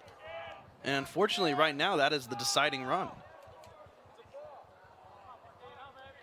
Brock will be looking to get a good lead off of second, with Armstrong playing right behind him. 3-1 pitch, a healthy hack there from Channy Ortiz. May have chased one out of the zone as the count now moves to 3 balls and 2 strikes. So Abel challenging the Lopes shortstop and able to win that battle there as he now looks to complete the comeback in this at-bat. Falls behind 3-0, battles back here for the full count. 3-2 offering to the Lopes shortstop. Fouled on the right side, and we'll do it once more. So if anything, the Lopes working the pitch count here for Abel in this 4th inning. Up to 56 pitches after that last foul ball off the bat of Channy Ortiz. Yeah, and Abel, that was a big-time, big league challenge there, kind of going up and a little bit in, and really just got Ortiz chasing it. Again, with Armstrong playing up the middle, right behind the runner at second. There's a huge hole on that left side. As the 3-2 offering sliced on that left side, but foul. So Channy Ortiz making this an 8-pitch battle at the very least between himself and Kevin Abel. Abel looking to pick up his first win of this 2021 season for Oregon State. Like we mentioned, going 4 2/3 innings last Friday against Kansas State. Picked up the loss after only allowing 1 earned run against Kansas State. OSU picking up their first runs of the ball game in the top half of that 8th inning, already being down 3-0 at the time. Dropping that one 3-2, comes storming back to win 3 straight coming into this weekend here in Phoenix. Looking to end this Arizona road trip with a bang. As that one is cut on and missed. Another punch out by Kevin Abel. He's got 8 strikeouts through 4 innings of work, making it look easy against this Lopes offense. Let's head to the 5th. It's 1-0 OSU here in the desert.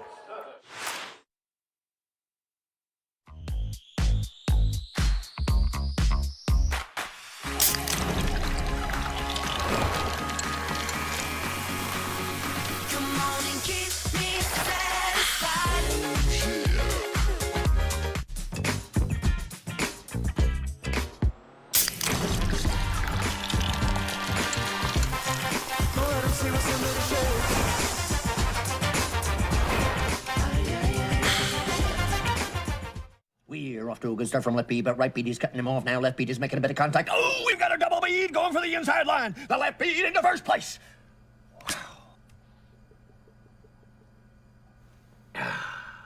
Beautiful. About time we watched it. Getting ready to trade it in. What are you doing? Just a little shopping. Wait, a new truck. Don't you think I should be involved? Of course. We'll head over to Sanderson Ford as soon as I'm done. I don't have time today. Hope we're going with 4 doors this time. Ooh, of course. I know exactly what I want. I mean, we want. A lightning blue Ford F-150 Super Crew with EcoBoost. All done. Shop from home, buy from home, we deliver.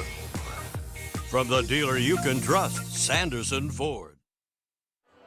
GCU fans, if you haven't already, it's time to download the Lope Nation app. Watch GCU home sporting events directly from your app and receive personalized news and score updates from your favorite Lopes teams. Follow the Lopes closer than ever before with score schedules, stories, and more perks to be coming out very shortly. Search GCU Athletics in your phone's app store or download the GCU Athletics app now at gculopes.com/app. So we move to the top half of the 5th inning. We got a pitcher's duel on our hands between Zach Barnes and Kevin Abel.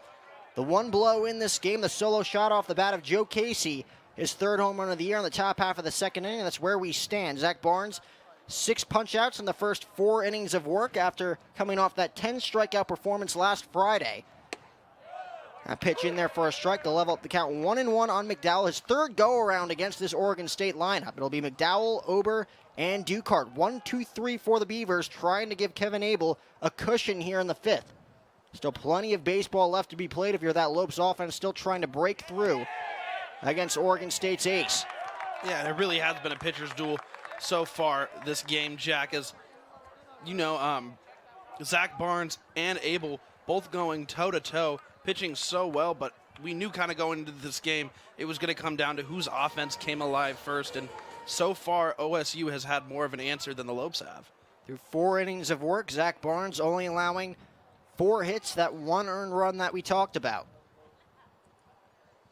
1-2 pitch, misses low, blocked there by Buckley, and the count is leveled at 2-2. And if you look back at that bottom half of the 4th inning, Dom, the Lopes again gifted a leadoff base runner, 4-pitch walk handed out by Abel. Again, lights out, getting ahead quickly of these Lopes hitters. Hands out a 4-pitch walk to the cleanup hitter in Brock Burton. Falls behind against Rylan Zaborowski as that one chopped to 3rd. Gobbling that one up is Jacob Wilson in the dirt, not able to be scooped up by Dane Stankiewicz. And that gives Oregon State a leadoff base runner. Probably would have had the out there if Stankiewicz was able to make that scoop. But nonetheless, the Lopes looking to navigate themselves out of this one with the speedy McDowell on for the 2nd time. Yeah, and that's just not what you want if you're the Lopes. Wilson makes a decent play there and a decent enough throw, but Stankiewicz just unable to make the pick. Those are ones that you're going to have to make adjustments as the season goes on, because those are just easy base runners you can't give up. And it looks like McDowell a little bit shaken up on that play as he stretches things out there over on the first base side. And it looks like he's going to come out of this game. Again, the freshman left-handed bat, 0 for 2 in this one. Struck out swinging, or walked in the first, and of course, struck out in his 2nd at-bat and then reaches on the error there, but it looks like he's going to leave this game with an apparent leg injury. Again, trying to stretch out his quads, it seemed like, on that last play. Nonetheless, OSU looking for a speedy base runner here on first base with nobody out, with the heart of their order due up. Not the part of the order you want coming up if you're Zach Barnes. Again, the Pac-12 player of the week at the dish right now in Ryan Ober. 0 for 2 already tonight, dropping his average to .375. Struck out in the first, flew out to center in his last at-bat as he take another look. Dane just unable to come away with that one. Tough hop for him at first base regardless. And again, let's see if we can take a look at what happened here to Micah McDowell coming down the first base line. And pulled up late there after crossing the first base bag. So we'll get an update on him later on in this one. Again, pinch runner over there at the bag at first base. Looks like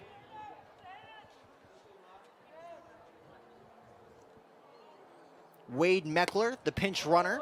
That one is cut on and missed. Count quickly 0-1 on Ober. And comes into this game with 6 hits on the season, already driving in 9 RBIs. Has himself a pair of home runs. both coming against New Mexico last weekend. Yeah, a couple days ago, he went 2 for 4 against New Mexico. Having himself a nice hot start to this young season. Meckler, the pinch runner, on the bag at first base for Micah McDowell, has already scored 2 runs early on this season. Has yet to attempt to steal a bag, but again, with nobody out, heart of the order due up. It'll be interesting to see if Oregon State puts something in motion here against Zach Barnes the way they've hit against him so far tonight. Only 1 run on 4 hits. And Zach Barnes knows exactly what he's gotten himself into. Another throw over there at the bag at first base.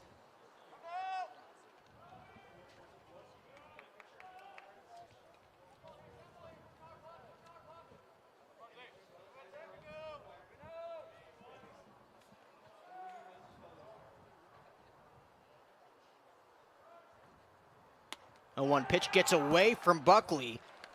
So Meckler, not going on each of the first 2 pitches, gets gifted second base here in the top of the 5th. And just like that, Oregon State in the driver's seat. They got a runner in scoring position, nobody out, heart of the order due up. As you take another look here again, didn't look like he had any aspirations to run there, but nonetheless, that one off the glove of Josh Buckley. It's back to the backstop, and just like that, all Ober has to do here is slice one on the right side, as he tried to do just that. Just a tad bit late. Count moves to 1-2. Again, the right side wide open with COLATO playing close to the bag. Channing Ortiz playing close to the bag on the left side as well. Open side on both the right and left side here for Ober, just trying to move the runner over with nobody out. Jake Ducard, like we mentioned, hitting .250 waiting on deck. 1-2 pitch in the dirt, blocked there by Buckley as the count now moves to 2-2. Wake-up call there for the Lopes backstop, trying to keep everything in front now. Again, his team down by 1. It feels like they're down 5-0 the way Kevin Abel has thrown through the first 4 innings. So the Lopes, again, just trying to combat this offense here in this 5th inning. Again, just a 1-0 ball game. Ober still looking for his first hit of the night after his big weekend last weekend. Nobody covering the bag at second, but again, Barnes just trying to keep the runner honest.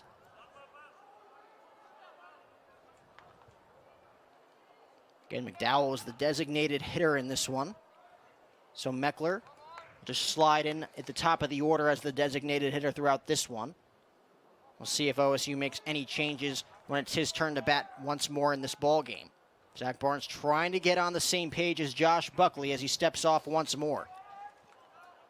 And he's only allowed 2 walks in this one. Did not allow a walk against the Tigers on Friday. Looking to pick up his 2nd victory of the season as a starter. Picked up 2 victories out of the bullpen last year in 2020 in just 18 games played, as Andy Stankiewicz wants to talk things over with Matt McMahon. And if we take a look inside the GCU arena, Jack, the men's volleyball team just won their 2nd set against #1 in the nation, BYU. They took that game, or that set, to 45 points. So Lopes looking to take care of business in the GCU arena against the #1 team in the nation. That looked like a heated discussion between Stankiewicz and McMahon. As the count again, 2 balls and 2 strikes. Zach Barnes trying to retire Ober for the first out of this inning. Runner leads off second, the pitch, cut on and missed. A huge punch out for Zach Barnes. Ober down on strikes for the 2nd time tonight, and there's 1 away. And a good-looking pitch by Barnes there. That's how you come out with confidence on that one, getting the huge strikeout. Now you got to focus on this batter here as you got a runner in scoring position. Take another look there, off-speed pitch, fooling the Pac-12 Player of the Week. See the look of disgust on his face. He's now 0 for 3 against number 31. So with 1 away now, runner on second base. Jake Ducard, again, just looking to move the runner over as the left-handed bat. With Claunch waiting on deck, a very powerful right-handed bat. That one ripped right to Ortiz. COLATO kind of late to the bag over there at second. Unable to nab the runner leading off, and there are 2 away. So 2 huge outs here now for Zach Barnes. He had a runner on second, nobody out with OSU in the driver's seat. Gets the Pac-12 Player of the Week. Aubert to swing on 2-2 for another punch out. And there's Ducard trying to put the ball in play right on the nose, but right to Channing Ortiz for out number 2. And now that will bring up Troy Clonch. Like we mentioned, 1 for 2 in this game, singled in his last at-bat, was left stranded on first. Grounded into a fielder's choice back in the first with 1 away. As that pitch paints the corner, count quickly 0-1s as Barnes again getting ahead of these hitters when he finds himself in trouble. Yeah, Barnes pitching with poise and confidence tonight. Every time that he seemed to be down or being a little bit of trouble, even after giving up that home run back in the second, he's come back and retired almost every batter that he's faced. He gets ahead in this count quickly, no balls and 2 strikes. We mentioned the 7 punch-outs to this point. 8 punch-outs so far for Kevin Abel through 4 innings of work. It's been a pitcher's duel here in the heart of Phoenix, Arizona on this Thursday night. The Lopes looking to set the tone after a very impressive performance here last weekend at Brazel. Meckler leads off second. The 0-2 pitch to Clonch. Ripped in the hole at short, gobbled up by Ortiz, throws across the diamond, and Zach Barnes working himself into and out of trouble in superb fashion. Runner on second, nobody out, retires the remaining 3 hitters as we are halfway through now here in the heart of the Valley of the Sun. It's OSU 1, GCU nothing. You're watching GCU Baseball.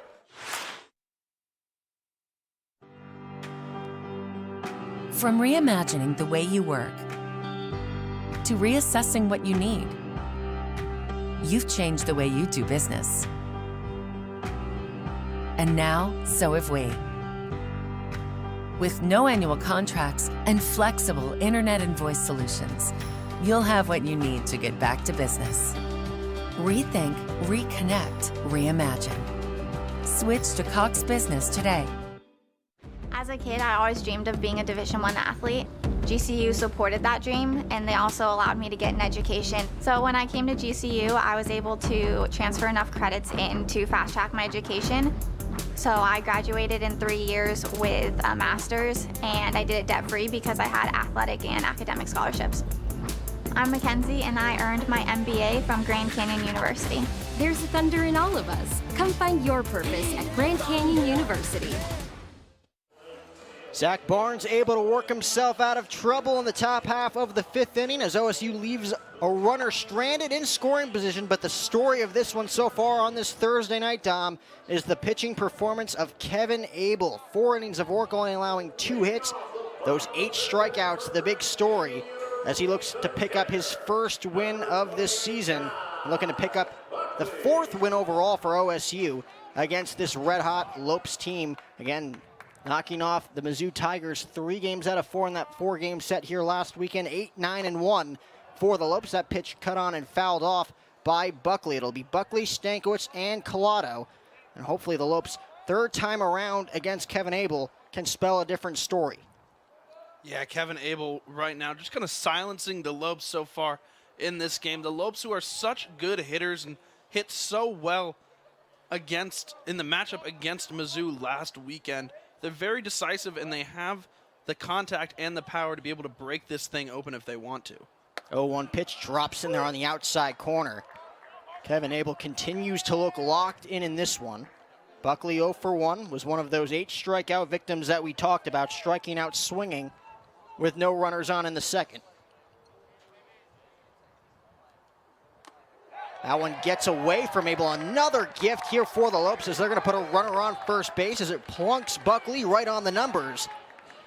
And he's on for the first time. So Abel gets ahead quickly, no balls and 2 strikes. Again, the 2 very filthy-looking pitches to the Lopes backstop. But that curveball gets away, is left up, and again plunks Buckley right on the numbers to put a runner on first base and nobody out. So Dane Stankiewicz, the redshirt senior, hitting 167 to start his season, just looking to move the runner into scoring position, trying to set up Juan COLATO waiting on deck, trying to drive in the tying run.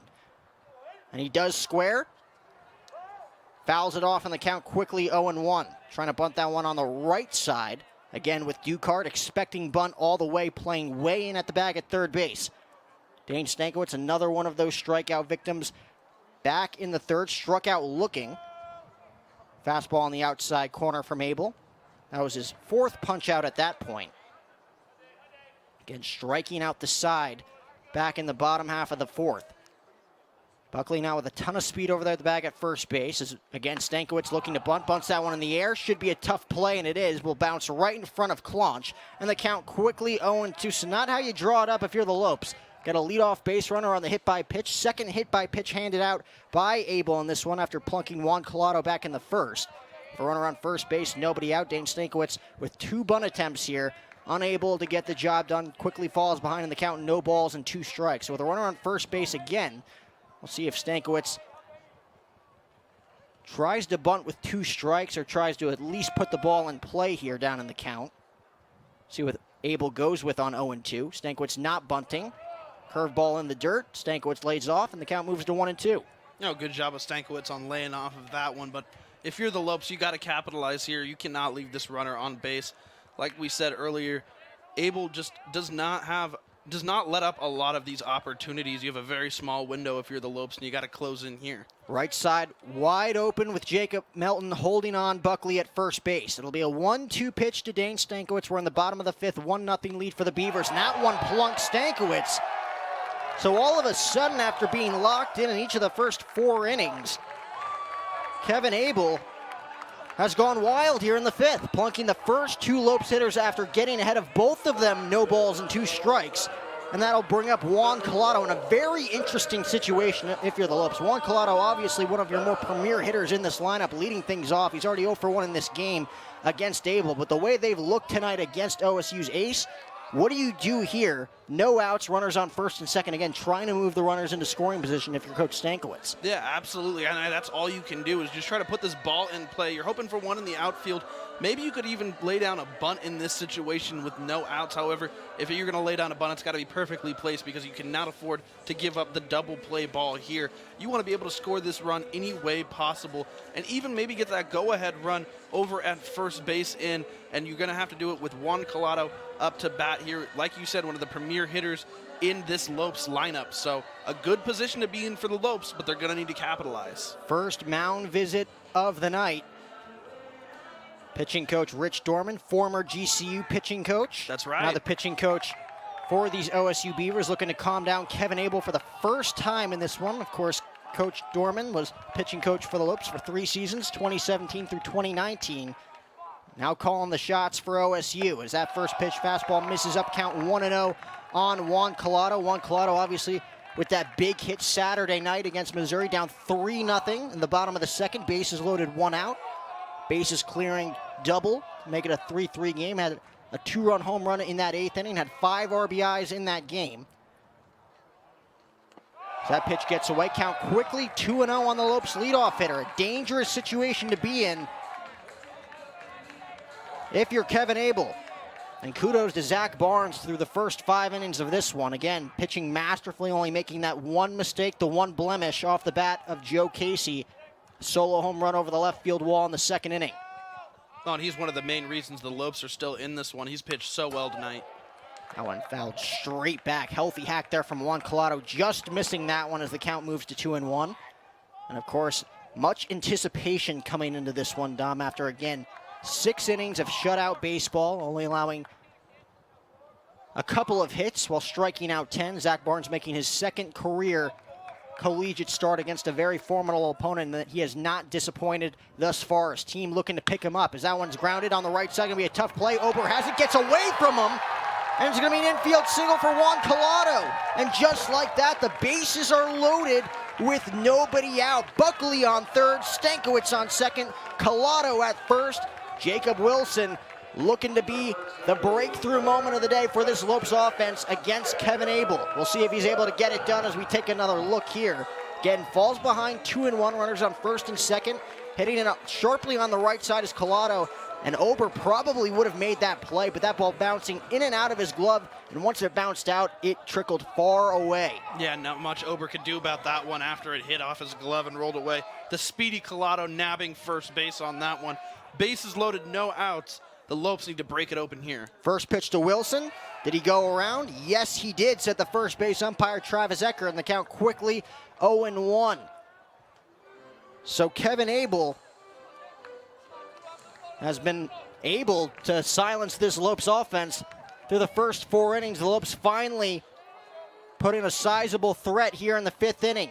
Jacob Wilson, of course, taking advantage of a fastball up in the zone, drilling it into left center field in his last at-bat, swings through that fastball, healthy hack from the Lopes freshman third baseman. The count is quickly 0-2. No, he wanted all of that one. A good look at hack, but just unable to make contact. He was trying to send that one to 35th.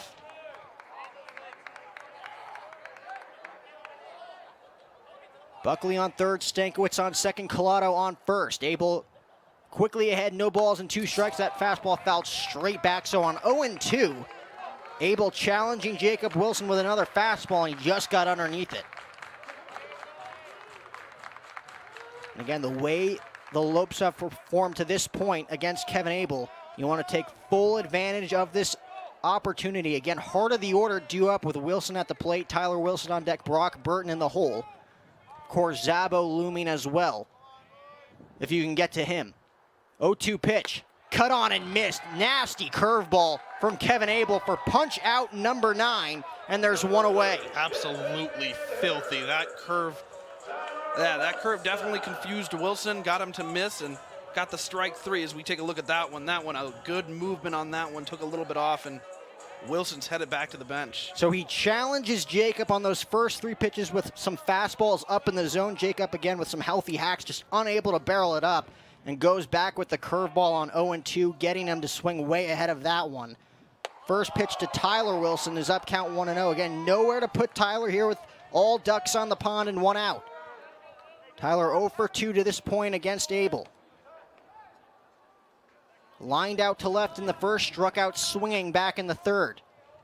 Again, infield playing back, looking for the double play ground ball to get Abel out of this threat. 1-0 pitch, cut on and miss, goes with the off speed again, count 1-1. Yeah, and at the very least here, you got to score one of them and tie this game up. With movement in the bullpen for OSU, this could be Abel's last ups on the mound. 1-1 pitch goes back to the off speed, getting Wilson to jump out ahead of that one. Again, count moves to 1-2. Tyler Wilson, like we mentioned, already has 2 runs batted in this season. And like you said, Dom, that bullpen starting to stir out there for OSU.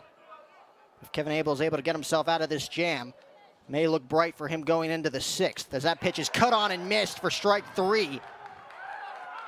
And Kevin Abel is in double digits. He has 10 punch outs, and he's 1 out away from getting himself out of this bases loaded, nobody out jam. So he loads the bases, nobody out after 2 hit by pitches and an infield single from Juan Colato. And now these last 2 hitters, both Wilsons going down on strikes. Kevin Abel able to get himself out of that jam on his own. You take another look there. 3 straight off-speed pitches there to Tyler Wilson low in the zone for his 10th punch out. First pitch to Brock Burton. Does that one hit him? Yes, it does. And the Lopes are going to tie this game. And oh, it looks like they're going to say that one fouled off the bat. Yeah. Brock was ready to get to first. Lopes fans were excited and cheering. Coach Stankiewicz talking things over with Matt McMahon. He's already had a few arguments so far here tonight. Again, this offense looking for a spark. We'll see if he get it here with Coach Stankiewicz. Out by Kevin Abel to this Lopes offense in this inning. Lopes returning the favor with a gift right there as that one getting away from Abel, but gets the strike. 0-1 pitch to Burton. Cut on and miss, count quickly 0-2. So bases loaded, nobody out. And Kevin Abel has been coming right after the heart of this Lopes order, getting ahead 0-2 in each of the last 3 batters. Kevin Abel proving why he's a premier arm in the Pac-12 after loading the bases, getting 2 strikeouts, and then running up 0-2 here. 0-2 delivery. Goes with the off speed and fools Burton. Stepping on home plate is Clonch. And Kevin Abel is able to work himself out of a bases loaded, nobody out jam all by himself as he strikes out the side for the 2nd consecutive inning. He now has 11 punch outs. Let's go to the 6th. It's 1-0 OSU here in the desert. At Raising Cane's, we know quality takes time, patience, and the best ingredients, which is why every chicken finger we serve is hand-battered and cooked to order just for you. We never take shortcuts. That doesn't mean you can. Introducing an even faster and easier way to order Cane's with our new app. Find your closest restaurant, customize your meal, pay, and schedule pickup. So next time, take take it easy and order with the Raising Cane's app. Raising Cane's chicken fingers. One love.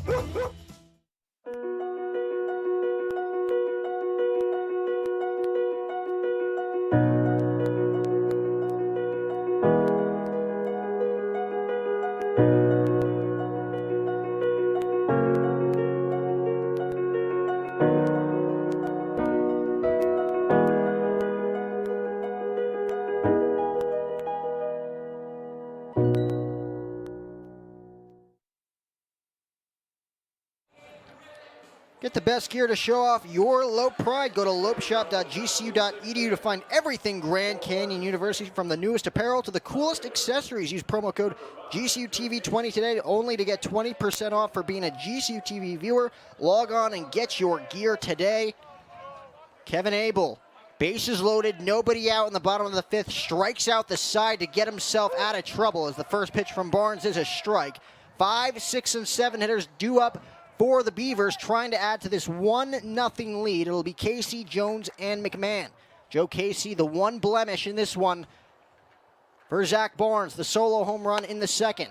That one misses up, count moves to 1-1. But a golden opportunity for the Lopes Dom in the bottom half of the fifth inning, unable to make contact as Kevin Abel, with his back against the wall, silences the Lopes order, not making contact in those final 3 plate appearances. Well, then that's a veteran pitcher in a Premier League, pitching so well. Like we said early on, he found his mojo, and that's why he's still out on the mound, and that's why he was able to get out of those last 2 innings so well. 11 punch-outs through 5 for Abel, 7 punch-outs through 5 for Barnes. He now has 8 as that one gets away from Buckley. He's going to throw down to first. Going to be a close play. Stankiewicz able to keep his foot on the bag for out number 1. So another punch out for number 31, and there's 1 away. And Zach Barnes has pitched so well, as we're probably going to take another look at this one. But before we do, let's just say Zach Barnes has had a great game so far. As we see this another one. Look. Getting one. Joe Casey to chase there on 1-2 after getting ahead of the left-hander. And that'll bring up Jones. 0 for 2 in this game. Struck out in the second, grounded out sharply to Wilson back in the fourth. Tries to lay down a bunt as that one foul tip right into the glove of Buckley, and the count 0-1. Trying to catch Wilson off guard over there in the bag at third base. Trying to come way in on that potential bunt situation. Again, nobody on, 1 out. With Jones, again, a ton of speed. The center fielder for OSU takes that one low in the zone. Count moves to a ball and a strike. Mentioned the numbers for Preston Jones coming into this game after hitting just 167 a year ago. Averaged well over 400. Yeah, and in that game back at Surprise a couple days ago, he went 1 for 5, scored himself a run, but he did leave 4 on base. Easy hop for Colato.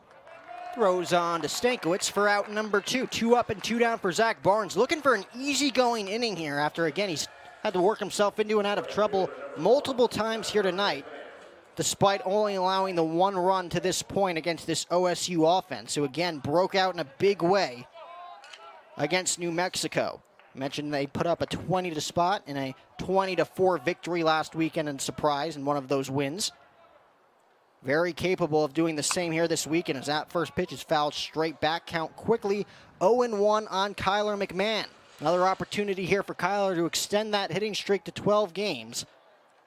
Could potentially be his last opportunity the way Zach Barnes has been wheeling and dealing to this point. Struck out in his first at-bat, lined out to Channy Ortiz in his last at-bat as that one's roped in the air, fairly deep center field, but right there is Brock Burton, a can of corn for the Lopes center fielder, and that'll do it. 1, 2, 3, go the Beavers as we go to the bottom of the 6th. Do the Lopes have a rally in their bones, trying to nod this thing up at 1. We'll be right back here on GCU TV.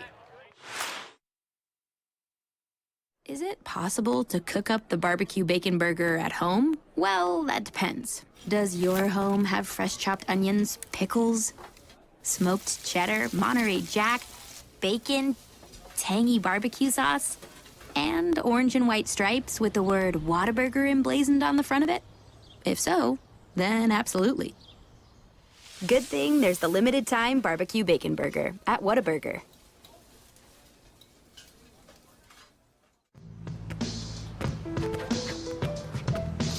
It's not about where you were born. It's not about your gender. Or the color of your skin. Or whether you're rich, poor, or in the middle. No matter what you play, if you have the skill and drive to succeed in school and in sports, we'll provide the opportunity.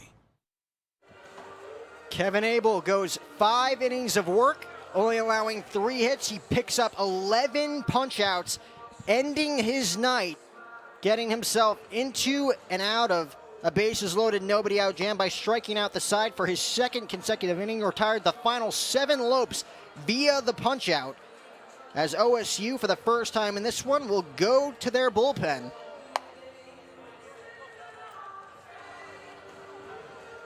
As Jack Washburn, the right-hander, freshman out of Webster, Wisconsin, trying to finish what his ace started here in the 6th inning. He'll battle the 5, 6, and 7 hitters. Of course, Lopes working up that pitch count in each of the last 2 innings, trying to get to Kevin Abel.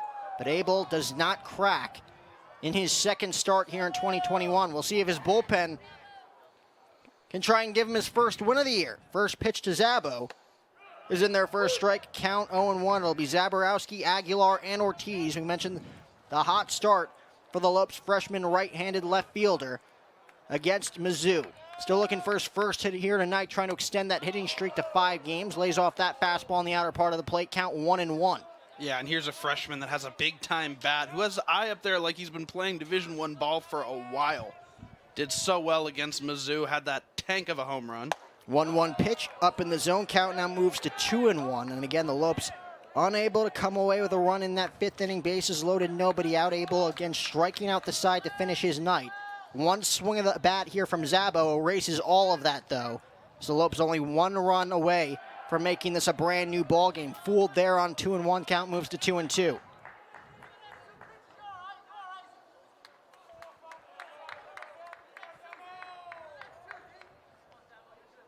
Washburn looking to start strong here in the 6th. 2-2 pitch, ripped on the 3rd base side and foul, and we'll do it again. As Zabo able to stay alive just a tad bit early on that one, but nonetheless battling here against the right-hander Washburn, trying to give the Lopes a leadoff base runner. Again, Buckley behind in the count 0-2 last inning against Abel. Hit by a pitch. Stankiewicz falling behind 1-2, hit by a pitch. Infield single from Juan COLATO, loading the bases as Zabo swings through that one. He goes down on strikes for the 2nd time in this one, now 0 for 3. And there's 1 away. And of course, the 3 punch-outs by Abel, able to get himself out of that jam. And as you see Zabo heading back to the dugout. One more opportunity at the plate probably for him tonight, trying to extend that hitting streak to 5. As Taylor Aguilar digs in. Aguilar with a ton of pop as well. All it takes is a blast for the Lopes at this point in this game, only down by 1. Zach Barnes again. It's been lights out despite the 1 blemish in this one thus far, as that first pitch misses and the count is 1-0 on Aguilar. Grounded out sharply to second back in the 2nd and struck out swinging, one of those 11 victims from Kevin Abel. 1-0 pitch, cut on and missed. Taylor Aguilar trying to send that one into the Beavers bullpen, count 1-1.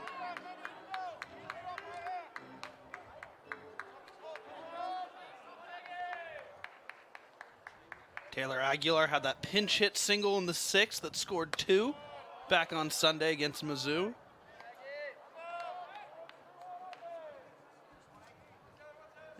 And Jack, I have some great news. If we take a look inside the GCU arena, our men's volleyball team just swept BYU in 3 sets. Pitch in there for a called strike. Count moves to 2-2. Again, that's the #1 team in the country. And that 3rd set, Dom, a 25-10 victory for Coach Worley's squad. A very impressive performance by the men's volleyball program here tonight at home. Absolutely. Camden Gianni finished that game with 16 kills, 5 digs, and 1 assist. And the exact opposite of what happened here last year. Again, it was Valentine's Day 2020. The Lopes getting swept by BYU inside GCU Arena. The Lopes turning the tables here in 2021. looking to rewrite the script. Taylor Aguilar looking to rewrite the script here tonight against the Beavers. Swings through that one for a punch out. He's 0 for 3, and there's 2 away here in the 6th. Jeez, these Lopes hitters just have really not had any sort of answer for the pitching prowess of these OSU staff. So 11 punch-outs for Abel, 1 punch-out so far here tonight for Jack Washburn, as he now battles Channy Ortiz, extending his hitting streak with his first base hit of the night back in the 2nd. Takes a first pitch ball inside, count 1-0. Struck out swinging back in the 4th as well. Again, the final 7 men retired by Kevin Abel came via the strikeout. But his potential win could easily be evaporated by 1 run for the Lopes, with his team only up by 1. As that pitch misses low in the zone count, quickly 2 balls and no strikes on the Lopes' speedy shortstop. Washburn, like we mentioned, the freshman right-handed pitcher out of Webster, Wisconsin, majoring in fisheries and wildlife sciences. Had a career-high 4 strikeouts against Kansas State back on the 19th. 2-0 pitch, misses up, count moves to 3-0. Lopes again just looking for a 2-out base runner here with Buckley on deck. Bottom third of the order. Love to get the go-ahead run to the plate. As a 3-0 offering to Ortiz, right down Broadway for a strike, and the count moves to 3-1. Yeah, and if you're going to have a guy on base with 2 outs, you're going to want it to be Channy Ortiz. This guy is so fast and so smart on the bases. Definitely a threat for the Lopes. And Channy's on with 2 outs as he works a 5-pitch walk. Again, a very disciplined at-bat for the Lopes shortstop. And they got themselves a runner on first base with 2 outs, with Buckley digging in. And credit to Ortiz. He really has improved his game so much over this last year. Really just so disciplined on that one and not swinging at anything outside of his comfort zone. Able to earn himself a free base. Props to the shortstop for the Lopes. So with the tying run on first, Buckley will dig in. Still looking for his first hit of the night as well. Was hit by a pitch again back in the 5th to lead things off. Struck out swinging in the 2nd. And like you mentioned at the top of the broadcast, Dom, the Lopes looking for their 50th win here at the renovated Brazel Field at GCU Ballpark. Played in every home game at Brazel Field since, of course, the legendary head coach Dave Brazel and his Lopes opened the facility back in 1962. Won 1,358 games, and now with the recent construction of GCU Ballpark back in 2018 around Brazel Field, the Lopes currently sitting at 49-29. So they're looking to pick up their 50th win, while OSU is looking to hand them their 30th loss. Don't believe it or not, Jack, this series actually does pair 2 top 5 teams in conference win percentage since 2017, because the Beavers are 62-20-1 to rank first nationally, while the Lopes are 5th nationally with a 57-18 mark. I think we've seen it so far this game. These are 2 teams that are just going toe-to-toe with each other. And of course, looking at the schedule coming into this season, you know it was going to be no walk in the park for Coach Andy Stankiewicz and this roster. Another throw over to first.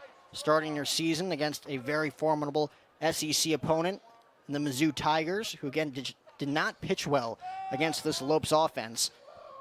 Many walks, creating many opportunities to score a lot of runs, and that's exactly what the Lopes did with 36 runs in 4 games. 1-1 pitch, cut on and missed, fools Buckley, and the count moves to 1-2. And now you got, again, a very premier opponent in the Pac-12 in the Oregon State Beavers before you head on the road to take on a team that you won a series from to kick off the season here in Phoenix last year in the Oklahoma State Cowboys.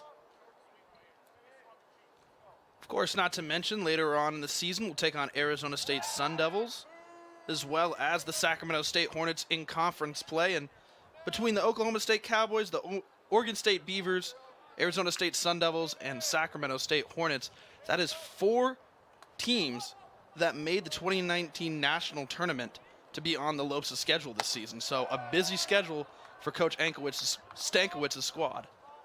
Of course, there'll be a 1-1 with the Sun Devils later on in April. Lopes, of course, like you mentioned, taking on the Wildcats as well. Both of those games will be broadcasted live on Fox 10 Extra, as that one is lofted in the air. Shallow left field coming on is Casey to make the grab for the final out. So the Lopes, no runs on no hits. They leave one runner on first base. Let's go to the 7th. Still a one-run ball game here in the heart of the Valley of the Sun. It's 1-0 Beavers. How does a chicken sandwich become a Whataburger spicy chicken sandwich? Is it by slathering it in a fiery sauce or adding some crazy hot toppings? Nah. If the chicken in a chicken sandwich wants to be spicy, it has to come from the inside. By marinating it in spices, frying it up, then cooling it off with fresh veggies, all on a new brioche bun. Good thing flavor can come from within. Good thing there's the new limited-time spicy chicken sandwich at Whataburger. At Raising Cane's, we know quality takes time, patience, and the best ingredients, which is why every chicken finger we serve is hand-battered and cooked to order just for you. We never take shortcuts. That doesn't mean you can. Introducing an even faster and easier way to order Cane's with our new app. Find your closest restaurant, customize your meal, pay, and schedule pickup. So next time, take it easy and order with the Raising Cane's app. Raising Cane's chicken fingers, one love. Top half of the 7th inning, a 1-0 OSU lead as we take a look at the upcoming schedule. Of course, this is the first of a 4-game set for the Lopes. Of course, softball also returning home tomorrow after their short road trip to Southern California. They'll take on Portland State and Iowa State here tomorrow.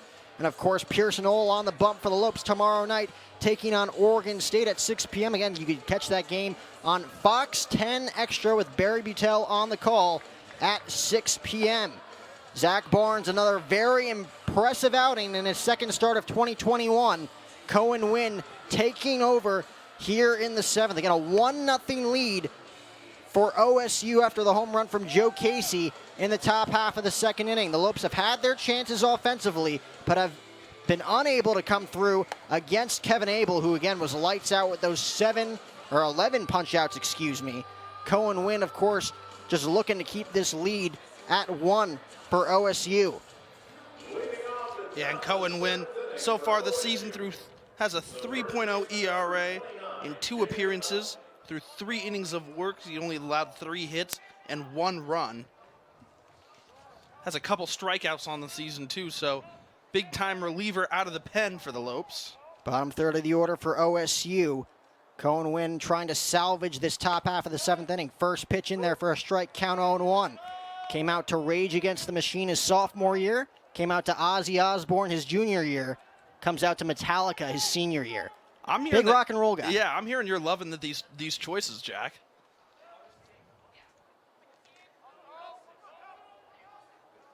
I'll see if it pays any dividends here in the 7th. Quickly ahead in the count, 0-1 on Melton, who again picked up that single in the 4th.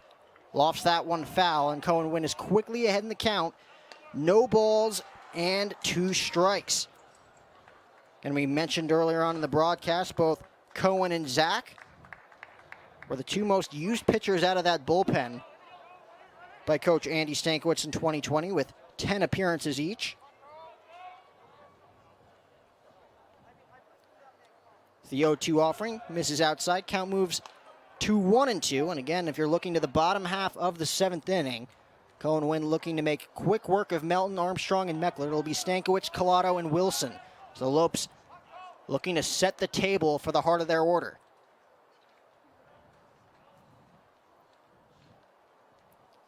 One-two pitch. Rip to second. Easy hop for Colato. Gobbles it up. Throws to first for the 4-3 put out. 1 up and 1 down here in the 7th for Cohen Wynn. As we look at the game stats throughout the first 6 1/3 innings, again, that 1 blemish in the 2nd inning, the home run off the bat of Joe Casey is the difference in this game. 4 hits for the Beavers, 3 hits for the Lopes. That 1 error coming earlier on in this game did not make a difference as OSU was able to leave that runner stranded. But again, the Lopes have left many opportunities on the table throughout this one. As the first pitch, just off the corner, count 1-0 on Armstrong. The Lopes have left 8 runners on base total in this one, while the Beavers have left 6 to this point.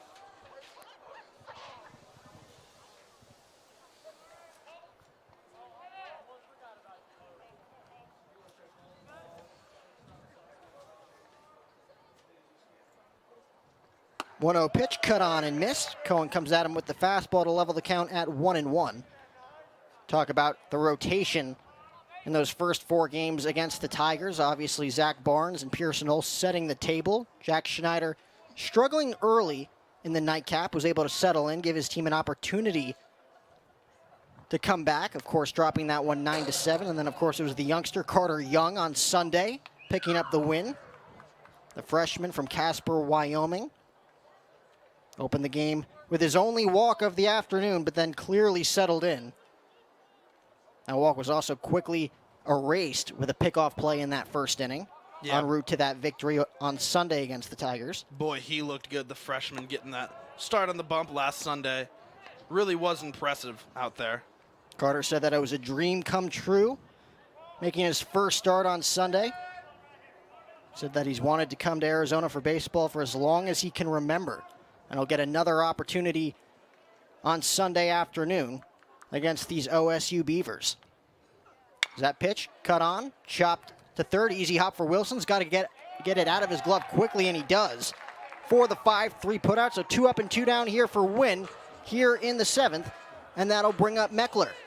Now, Wilson is a natural-born shortstop, played that majority of the time in high school, making the transition to third base. So on that left side, you almost have 2 shortstops playing over there. He's got the range, he's got the glove. As we take a look at this one, he's going to play this one nicely.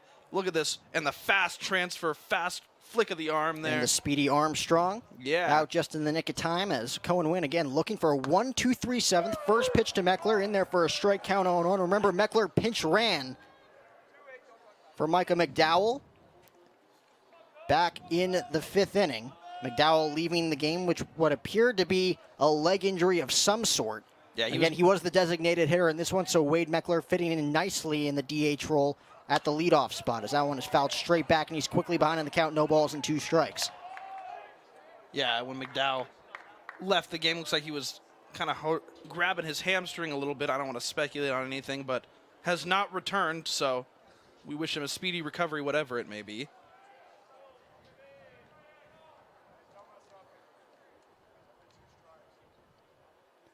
Oh, 2 pitch, cut on and missed. Good morning, good afternoon, and good night, Wade Meckler, as we will head to the bottom of the 7th. It's stretch time here in the heart of the Valley of the Sun. 1-0 OSU. Welcome to Strikeout City here in the desert.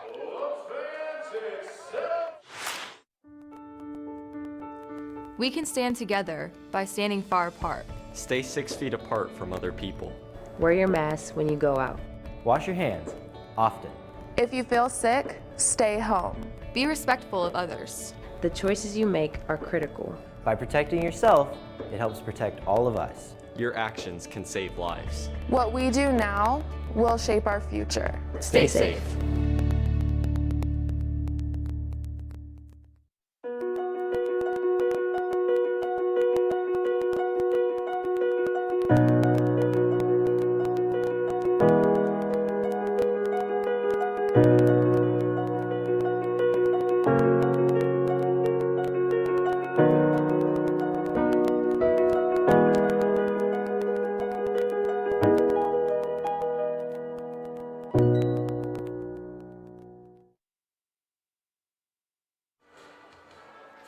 The Lopes are running out of time in this one, ladies and gents. 1-0 lead for the Beavers as we go to the bottom half of the 7th. 9-1-2 for the Lopes, as it'll be Stankiewicz, Colato, and Wilson. Jack Washburn going 1 inning of work, picking up a punch-out, making quick work of the bottom third of the Lopes order, as OSU once again goes to their bullpen. Right-hander Nathan Burns on the mound, looking to make quick work as his team is 9 outs away from their 4th consecutive victory here on this Arizona road trip. Now Nathan Burns, the junior right-handed pitcher out of West Bend, Wisconsin. Had a career-high 8 strikeouts versus UC Santa Barbara last year. That came in March. Faced 22 batters versus Mississippi State last year. And twice threw 84 pitches in that series versus Mississippi State. Again, the first matchup between the Lopes and the Beavers since March 24th, 1994, in a neutral site in Honolulu, Hawaii. It was a 4-2 win for the Lopes. Their first matchup dating back all the way to March 25th, 1966, where the Lopes picked up a 6-3 loss over OSU here at home in Phoenix. Overall 2-3 against the Beavers' lifetime. Looking to level that to 500 at least for the next 24 hours before, again, Pearson Knoll takes the bump for the Lopes here tomorrow night. Dane Stankiewicz, of course, hit in his last at-bat, was left stranded at second base. Remember, bases loaded, nobody out in a 1-0 game. Back in the bottom of the fifth, Kevin Abel striking out the side with the bases loaded and nobody out. And how often do you see someone like that do something so impressive, coming out challenging every batter that he faces, striking out the side after loading the bases? Dane still with that one hit coming Sunday against the Tigers.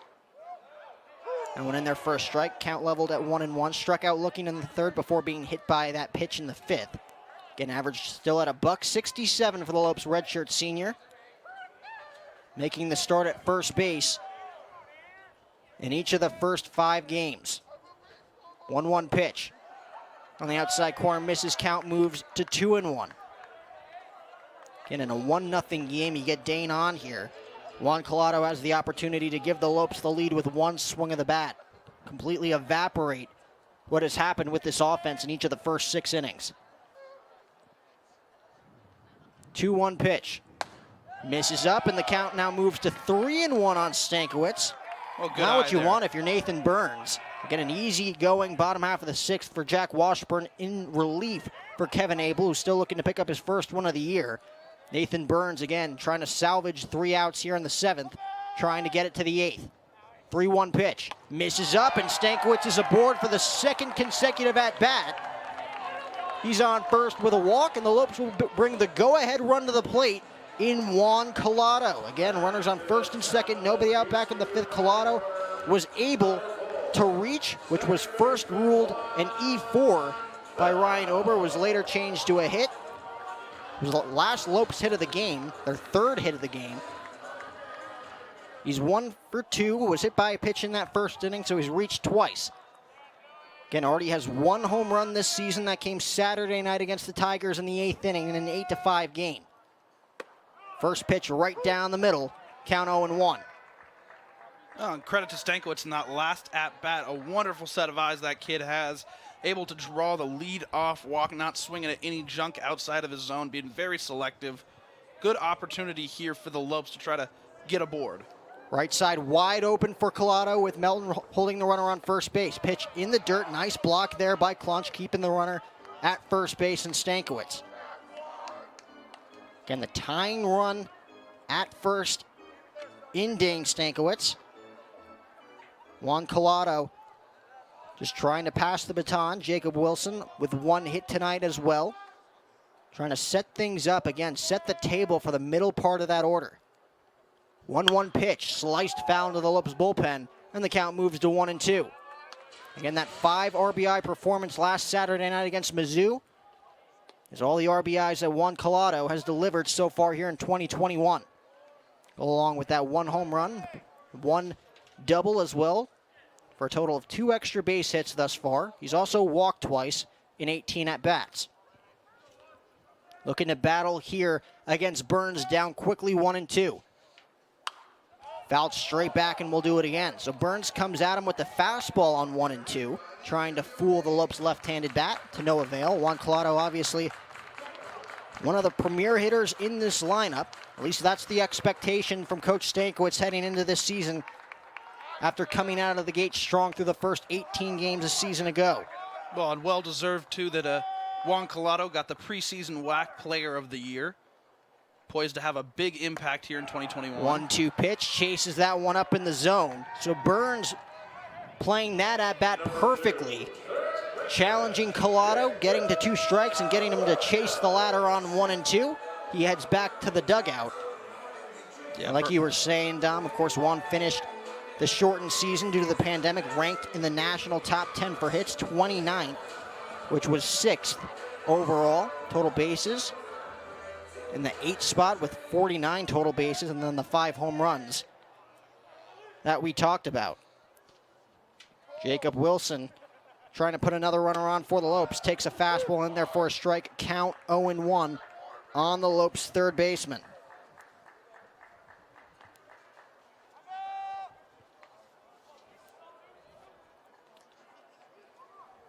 Michael Potter talked about it all last weekend with Jacob Wilson. His ability to put the ball in play at the top of that Lopes order. Yeah, this is a kid that back in high school only struck out, I want to say, around 6 times. Six times and 332 at-bats, Dom. That's insane. So this is a kid that puts the ball in play, does not strike out very often. Makes contact there, fouls it off his foot, and the count quickly, no balls and 2 strikes. Was off to a .583 start at the plate in his senior season before everything was cut short. Talking about a senior year, .583 start. This is a kid that knows how to play ball. Helped lead Thousand Oaks to a 24-6 mark as a junior in 2019, claiming the league title, which he cites as his favorite sports memory to date heading into his collegiate career. Fouls that one off to stay alive. Was also teammates with fellow GCU teammates Blake and Vince Riley before coming to Phoenix. Just trying to, again, put a ball in play here, trying to find the grass. With Tyler Wilson waiting on deck. 0 for 3 tonight, still has his average above 330. Right side wide open with Melton holding the runner at the bag. Wilson goes around, says McMahon. He's down on strikes for the first time tonight. And there are 2 away. Wilson just could not hold up on that one. Didn't want to go around, but his body took him a little forward. McMahon's going to say that he did, and that'll ring him up. So Wilson now strikes out in each of his last 2 plate appearances. Again, bases loaded, nobody out against Abel. Went down on a curveball with 2 strikes for the first out of that inning. Goes down on strikes for the second out of this inning. Tyler Wilson now at the plate with the tying run at first. So the Lopes again with a leadoff base runner have nothing to show for it at this point after back-to-back strikeouts by COLATO and Wilson. Credit to OSU's pitching staff. I mean, they go down, they give up a couple base runners here and there. They might even load the bases, but they stay in this and are continuing to retire these GCU batters. Stankiewicz runs, pitches a strike, throw down to second. In plenty of, he slides ahead of the tag, so Armstrong does not get the tag on Stankiewicz. He picks up a stolen base, and just like that, a base hit could tie this game. That throw obviously way ahead of Stankiewicz's slide into second base as he take another look. Wow, awfully close, Jack. Able to use his body there to, again, adjust to the right there at the last second with Armstrong coming in with the tag. We've seen that a lot from the career of Dustin Pedroia, obviously retiring before spring training this season. Dane Stankiewicz pulling something off there to put himself into scoring position. That one's going to be blooped to over the second base bag, but right there is Armstrong at short for the final out of the inning. So that one jamming Wilson with 1 strike, and that'll do it. An easy-going inning for Burns after allowing the leadoff walk. We'll go to the 8th. Still a 1-0 game here in Phoenix. Pitching, pitching, pitching here in the desert. While you explore our country, let Community Tire Pros be part of your journey. We're here to give everyone something to look forward to. Message us or schedule an appointment online at Community Tire Pros today. Tire Pros, we're here for you. When I think back on graduation day, it's such a special moment. Walking across the stage, hearing your name called. I think I would really regret not walking. I think being able to finish out a long college experience with an awesome moment like graduation is really special. If I hadn't decided to walk that day, I think I'd regret not having that sense of closure and accomplishment for that huge chapter in my life. My name's Noah and I graduated in 2015. My name is Lauren and I graduated in 2016. Herff Jones, by your side. When you have the urge to play outside, Tire Pros wants to get you there, offering convenience, selection, and our national roadside assistance. Message us or schedule an appointment online at Community Tire Pros today. Tire Pros, we're here for you. Top half of the 8th inning as we take a look at the Lopes dugout, and obviously Zach Barnes, like we mentioned, 6 innings of work, 4 hits, 1 earned run, 8 punch-outs, deserving the Copper State Credit Union Lopes Player of the Game. The Lopes are still currently down by 1 in this one, again with 6 outs to work with against this Beavers bullpen. It has been nothing short of a pitcher's duel in this one, Dom.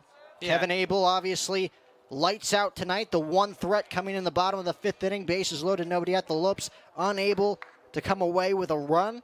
And of course, Zach Barnes, the one blemish, the home run off the bat of Joe Casey, all the way back in the top half of the 2nd inning. Cohen Wynn, as well as OSU's bullpen, 2 right-handers, both Burns and Washburn, have been lights out thus far as both offenses looking to break out in the biggest ways late in this game. Yeah, and credit where credit is due. If you're Zach Barnes, hold your head high. That was a good pitching performance tonight.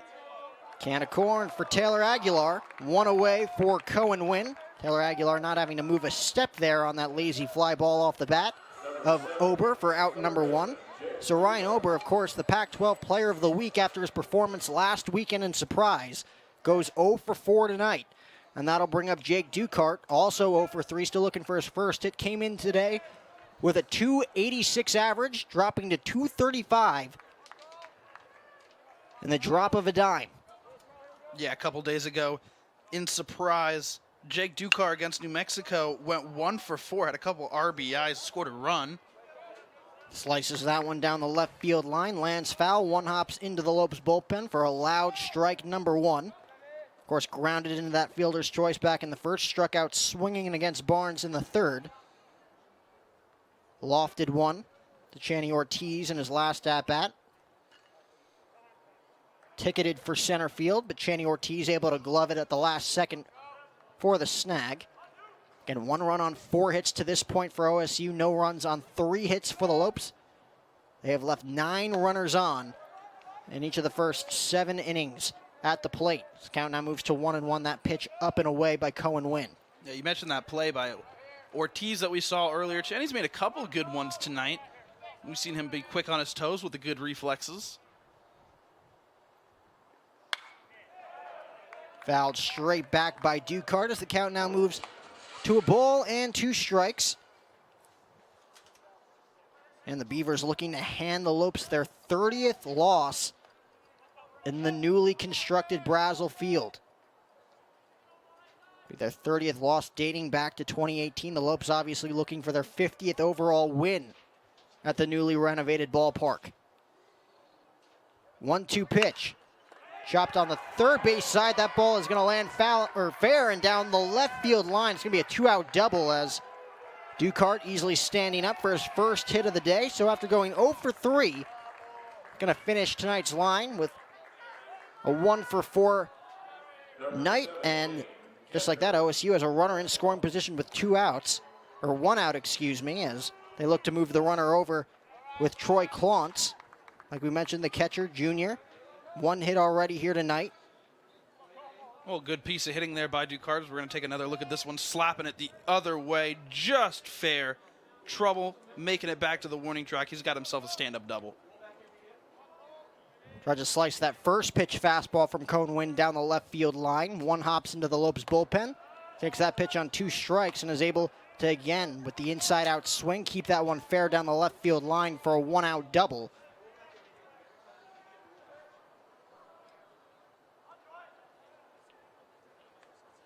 Juan COLATO playing behind the bag at second, holding the runner on. It'll be a 1-0 pitch here to Klontz. Looking for his 2nd hit, takes that one up in the zone, and he's quickly ahead in the count. 2 balls and no strikes. Came in today with a .583 average, down to .500, going 1 for 3. Picked up that single in the 3rd, grounded out sharply to Channy Ortiz with 2 runners on back in the 5th.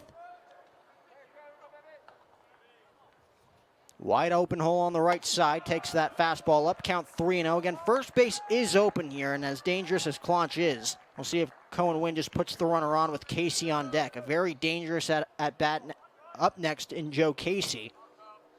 But again, if you get him to hit one on the ground, potential inning-ending double play might be the best case scenario for number 37. Yeah, that's my thought too, Jack. If you put Casey up there to get to bat, you might want to get a little ground ball, see if you could run up the double play. Right down the middle for a strike count, moves to 3-1. Lopes bullpen in motion, the right-hander getting up. We'll see how far Coach Stankiewicz goes with Cohen winning this one. Like you mentioned, coming into this game, just 3 innings under his belt this season after going 3 innings of work last weekend against the Tigers. And a wide open hole on the right side, 3-1 pitch on the inside part of the plate. Doesn't get the call from McMahon. 1 out walk handed out by Cohen Wynn, putting runners on first and second with 1 out.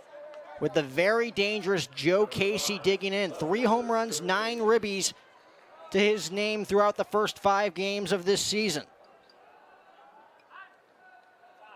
And it looks like we're going to get a mound visit here again. A very important moment in this game, probably the most important moment in this game to this point, with OSU only up by 1 again. All it takes is 1 swing of the bat for this to be a brand new ball game in Phoenix.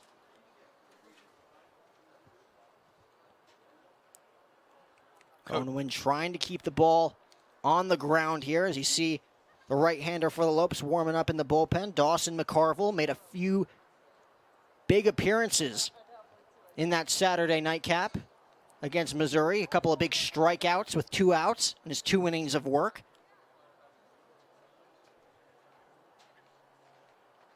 Again, if you look at the runners on first and second, both Ducart and Claunch not with tremendous speed on the base paths.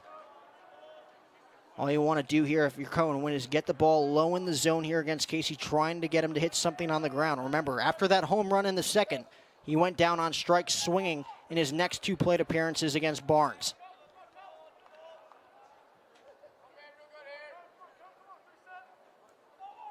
So we'll see how he navigates through this at-bat. Buckley calling the shots behind home plate. First pitch fastball misses outside, count 1-0. With that last strikeout, Casey's average dips to 300.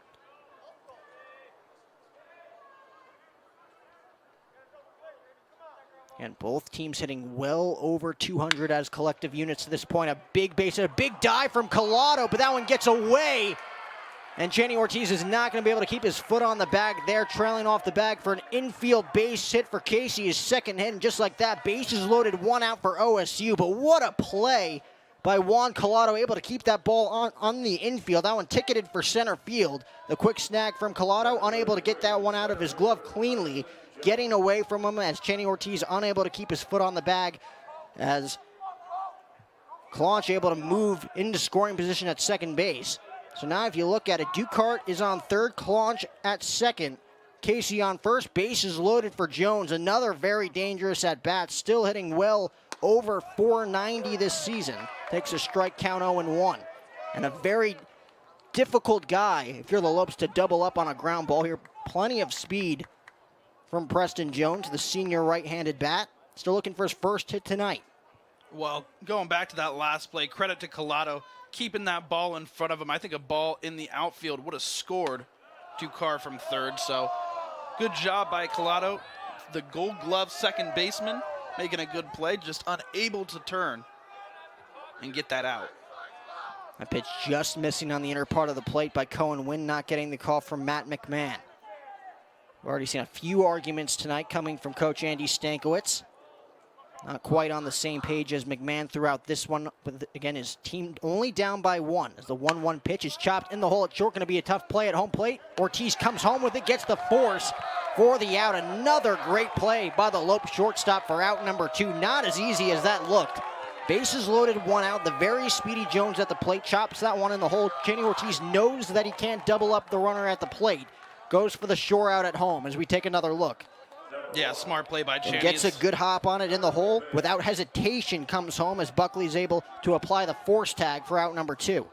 Yeah, that's high IQ by Channy on his part over there at shortstop, knowing exactly where he needs to go. Couldn't get the double play, so the easy forced out at home stops a run from scoring, gets the second out. So again, another big at-bat in this game. All ducks on the pond. 2 outs, top of the 8th inning. McMahon looking to extend his hitting streak. Laces that one, foul count 0-1. As Cohen Wynn challenges him with a fastball right over the heart of the plate. So again, McMahon came into this game with an 11-game hitting streak, struck out in the second, lined out to short in the fourth, and flew out to center in his last at-bat. And an opportunity to break this game open for OSU, only up 1-0.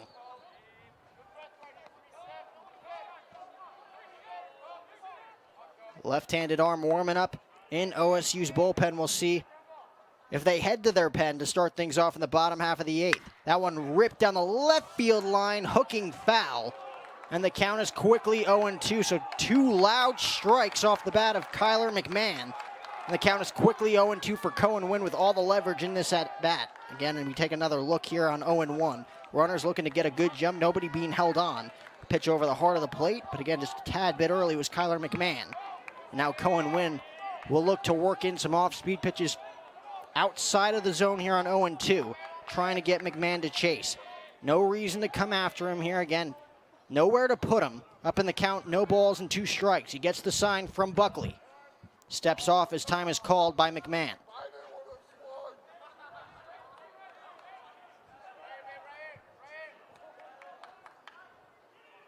Lopes trying to keep this 1-0 lead intact for OSU. 0-2 pitch, ripped up the middle. That one's going to drop in front of Burton for a base hit. 1-run scores. Here comes another. It is a huge 2-run single for Kyler McMahon. He extends his hitting streak to 12, and it is 3-0 Beavers here in the 8th. And just a dagger in the heart of the Lopes right now. Not at all what she wanted. Bases loaded with 2 outs. Expect to try to get in and let your offense go to work, but unfortunately, Kyle McMahon with a good piece of hitting after fouling that one off, going 0-2 a couple times, driving that one right back up the middle. Way to sit on that one, kid. 0-2 pitch to Kyler McMahon. Fastball right over the heart of the plate from Cohen Wynn, challenging the Beavers right fielder, losing that battle. 3-0 lead, chopped up the middle into center field for another base hit. Rounding third is Jones, and he's going to score with his speed, and it's another big clutch RBI single. This one off the bat of Jacob Melton. He picks up his 2nd run batted in this season, and it's 4-0 OSU as they tack on 3 huge insurance runs here in the 8th, looking for more with runners on 1st and 2nd. Yeah, and these are 3 big insurance runs with 2 outs that you just cannot afford to give up. The Lopes need to do something here to limit this damage, go back and be able to get to work on offense, but not before Coach Stankiewicz looks like is going to come and make a visit. Yeah, it looks like it's going to be it for Cohen Wynn. Unable to get himself out of trouble after allowing 3 runs here in the top half of the 8th inning. Remember, the runners on 1st and 2nd are his responsibility, as it looks like Dawson McCarville is going to come in and try and, again, limit the damage as OSU looks to open up the floodgates here in the 8th. So again, to go back, the only blemish in this game was that Joe Casey solo home run over the left field wall in the top half of the 2nd inning. The Lopes, of course, have had their opportunities at the plate offensively, with the biggest opportunity coming in that 5th inning. Bases loaded, nobody out, 1-0 game. Kevin Abel able to get himself out of that jam on his own, striking out the side, picking up 11 strikeouts through 5 innings. And, of course, Zach Barnes' final line going 6 innings of work, matching what he did on opening day, only giving up that 1 home run on 4 hits. And then Cohen Wynn with a shutout top half of the 7th inning, got himself into trouble here in the 8th, allowing 3 runs to this point. Runners on 1st and 2nd, his responsibility as Dawson McCarville again trying to stop the bleeding. Well, Dawson McCarville, we saw him last weekend, went 1.1 innings pitched, only gave up 1 hit and allowed 2 runs, both of them earned. Only walked 1, struck out 2. Dawson, good-looking arm in the pen for the Lopes. Remember, the Lopes had themselves a 5-4 lead in the top half of the 6th inning last Saturday night in that 9-7 loss, which ended up being a 9-7 loss for the Lopes. Runner around 3rd base, 2 outs. McCarville comes in. Payoff pitch, 3-2, goes with the fastball in the outside corner to get the Mizzou hitter, to get the Lopes into and out of trouble in that 6th inning. Was later replaced by Sasha Snyder, who give up that 3-run home run to Luke Mann to put the Tigers up 7-5 in that 6th inning. And the Tigers, of course, never looking back, going up 8-5. Juan COLATO cutting into that lead with his first home run of the year, a 2-run shot in that 8th inning, making it 8-7. Then a huge insurance run for Mizzou in the 9th giving them their only win in that series before coming back the next day and losing 10-3 to Carter Young and the Lopes. So with runners on first and second and 2 away, it's a 4-0 OSU lead now, trying to open up the floodgates against the Lopes. And again, the way the Lopes offense has hit tonight, they can ill afford any more damage in this inning. Armstrong, a very valuable threat at the bottom third of that order for the Beavers. Currently hitting .500 with a hit in his last at-bat. Nobody being held on, with McMahon on second, Jacob Melton at first.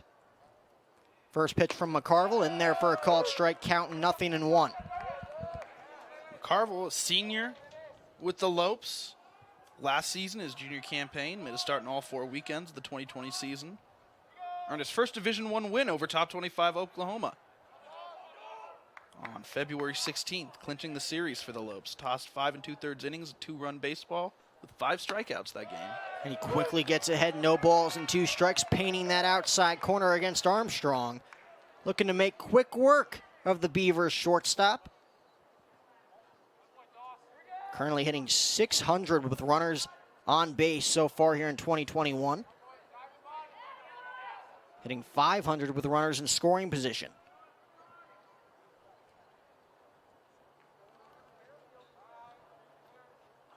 Those numbers will go down as Dawson McCarville comes in. 3 quick pitches against the Beaver shortstop, and that'll do it, but not before OSU puts up a 3-spot, 3 runs on 3 hits. Let's go to the bottom of the 8th inning. OSU 4, GCU nothing. You're watching GCU baseball.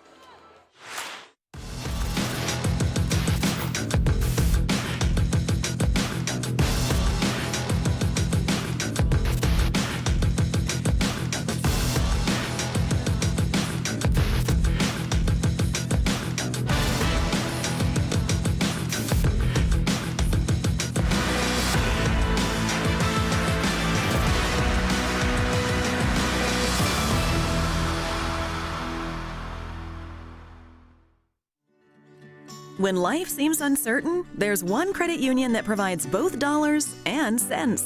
Copper State Credit Union. With solutions that focus on our members, you can take advantage of competitive rates, free cashback checking, and local attentive service. Uplifting our community is a standard we live by. That's why thousands of your Arizona neighbors rely on us. Strengthening Arizona families through financial empowerment. That's Copper State Credit Union. The Lopes have some catching up to do here in the bottom of the 8th. A 3-spot for Oregon State in the top of the 8th inning. A huge 2-out, bases loaded, 2-run single off the bat of Kyler McMahon, able to extend his hitting streak to 12 games. And Jacob Melton singling up the middle with 2 outs and runners on first and second, driving in a run for an RBI single. And that's where we stand. 4-0 ball game as Oregon State goes back to their bullpen here in the bottom of the 8th inning, again trying to salvage these final 6 outs as Chase Watkins, the southpaw sophomore left-hander out of Watsonville, California, trying to make quick work of the Lopes here in the 8th. 4, 5, 6. It'll be Burton, Zaborowski, and Aguilar just looking to chip away at this point, down by 4. A couple bloops and a blast gets them right back in this game. But again, they have had a ton of opportunities, leaving 9 runners on base as a collective unit thus far, only hitting a .125, 3 hits and 24 plate appearances against OSU pitching to this point. They've walked 3 times, they've struck out 15 times. And again, just 1 for 16 with runners on base so far here tonight. Yeah, and Chase Watkins taking the mound now. The sophomore left-handed pitcher, like you mentioned, out of Watsonville, California. A couple days ago, out at Surprise, tossed a scoreless 7th inning in relief against New Mexico. Had a career-high 50 strikes versus Hawaii back in 2019. Also hit his career-high in strikeouts with 8 against UC Riverside back in 2019. This is a pitcher who's been around. Definitely a heart of the bullpen for the Beavers. Watkins obviously trying to add to that strikeout total. You mentioned the 15 strikeouts by Lopes hitters thus far tonight. Strikeout city, to say the least, between these two clubs. Again, 10 punch-outs for the Beavers offense against Lopes pitching, but they have come through when they needed to the most. That top half of the 8th inning is Exhibit A. First pitch in there for a strike count, 0-1 on Burton. Struck out swinging in the first, walked in the fourth, struck out swinging in his last at-bat, all the way back in the bottom of the 5th inning.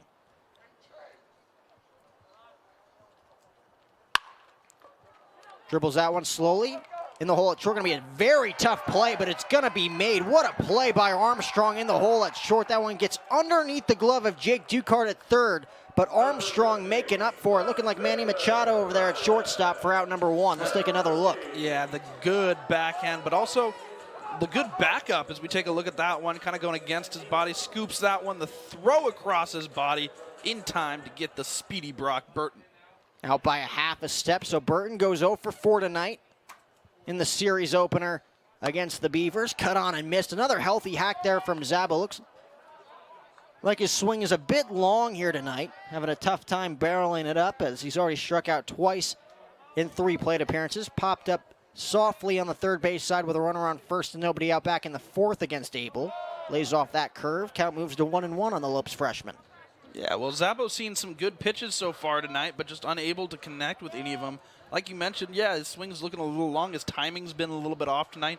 Those are the small things that you can tweak on a day-to-day basis to really hone in on your hitting ability.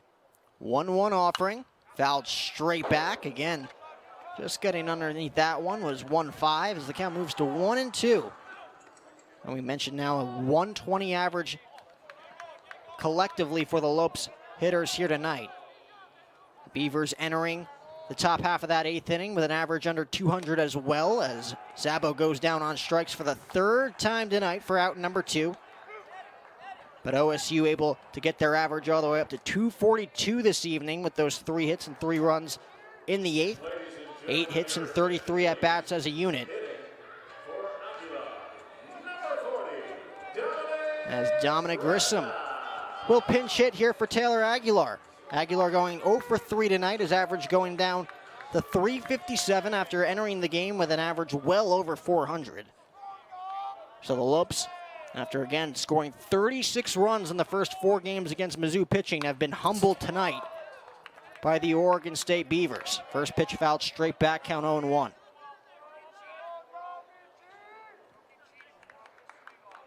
Dominic Grissom, to this point in the season, has not had consistent at-bats, only 1 start thus far.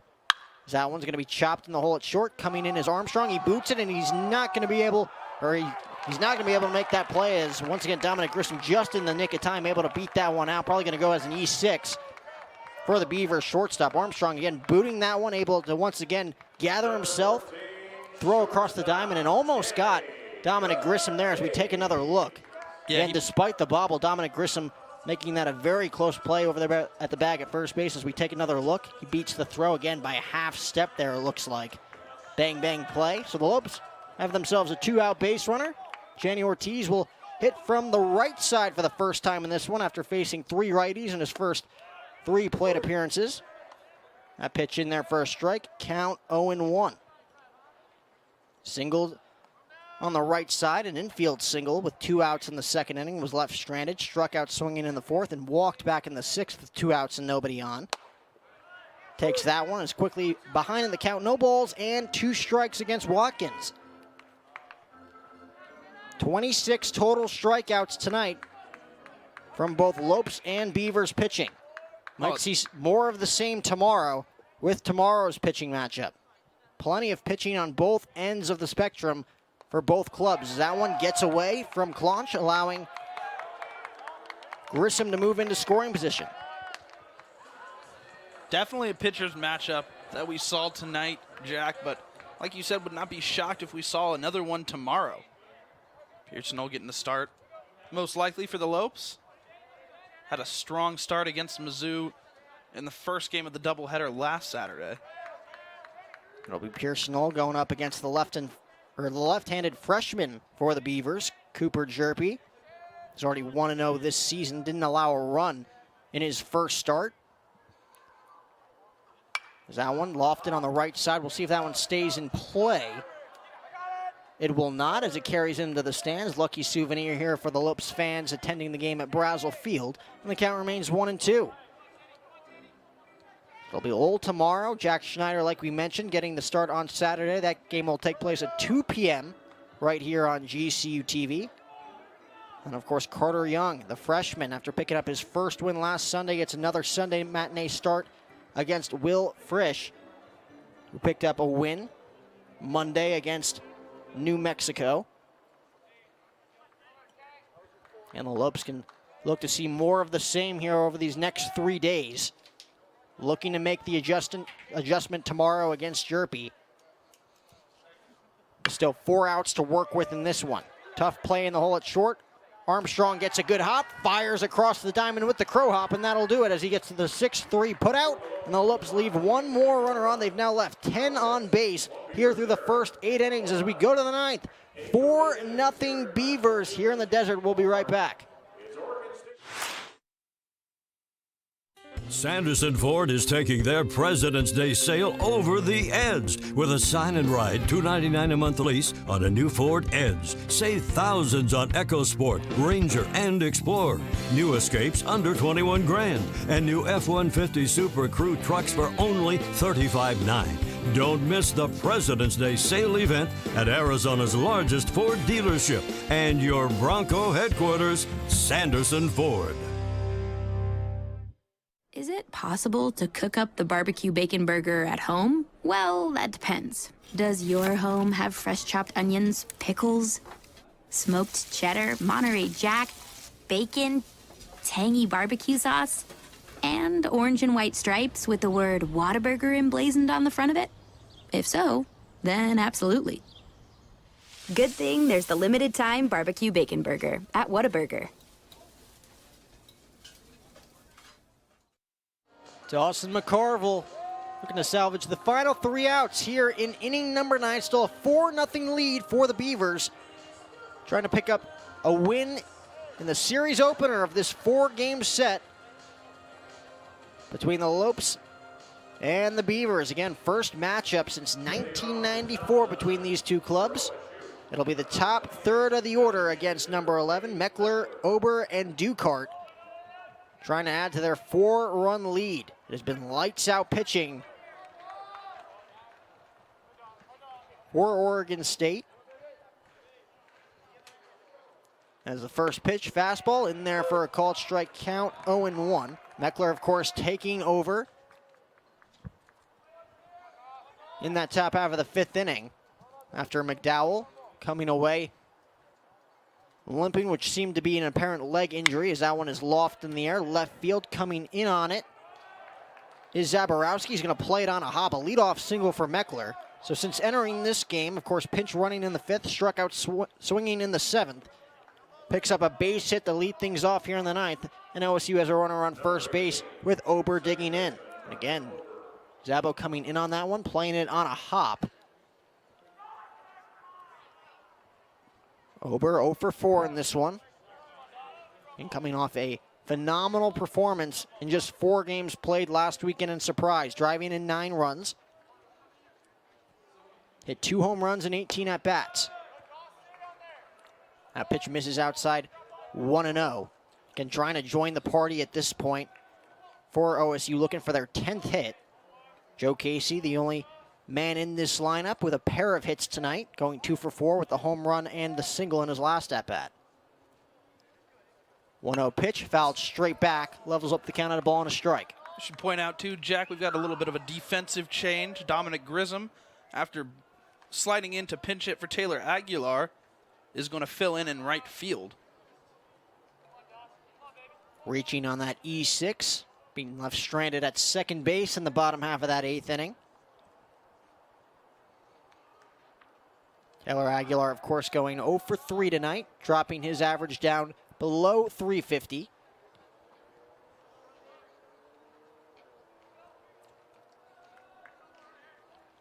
And again, the big story in this one, not only Kevin Abel, who was able to, again, silence the Lopes 11 punch-outs through 5 innings, but the Lopes offense finally humbled here in the 5th game of the season. After putting great offensive numbers up against the Missouri Tigers. Again, 11 runs on opening day. Followed by 25 more runs in the following 3 games. 2-1 pitch, misses up. So after allowing the leadoff single, McCarville falling behind Ober here, 3 balls and 1 strike. And just trying to get out of this inning as peacefully as he can. Stankiewicz holding Meckler on at first base. That pitch misses up. Walk handed out by McCarville, and there's runners on first and second with Ducart digging in.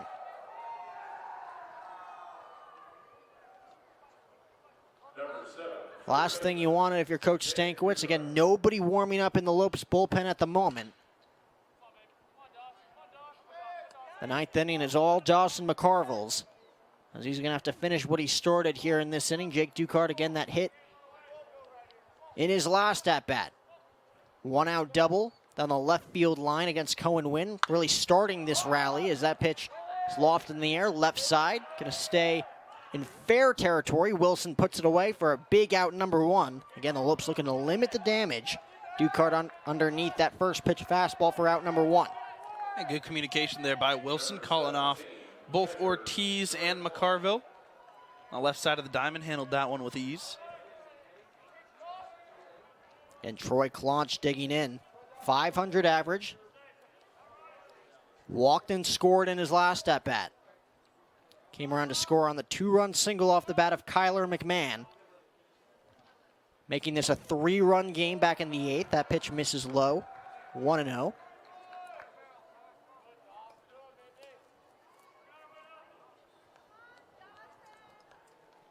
Claunch with 7 hits in surprise last weekend to go along with those 4 runs batted in. He's quickly in the driver's seat, count 2-0, as McCarville having a tough time finding the strike zone against the heart of this Beavers order. Yeah, McCarville not looking as comfortable as you would like him to look out there.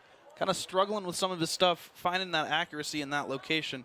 Needs to get it down here in order to allow his offense to go back to work one last time. Wide open hole on the left side for Troy Claunch.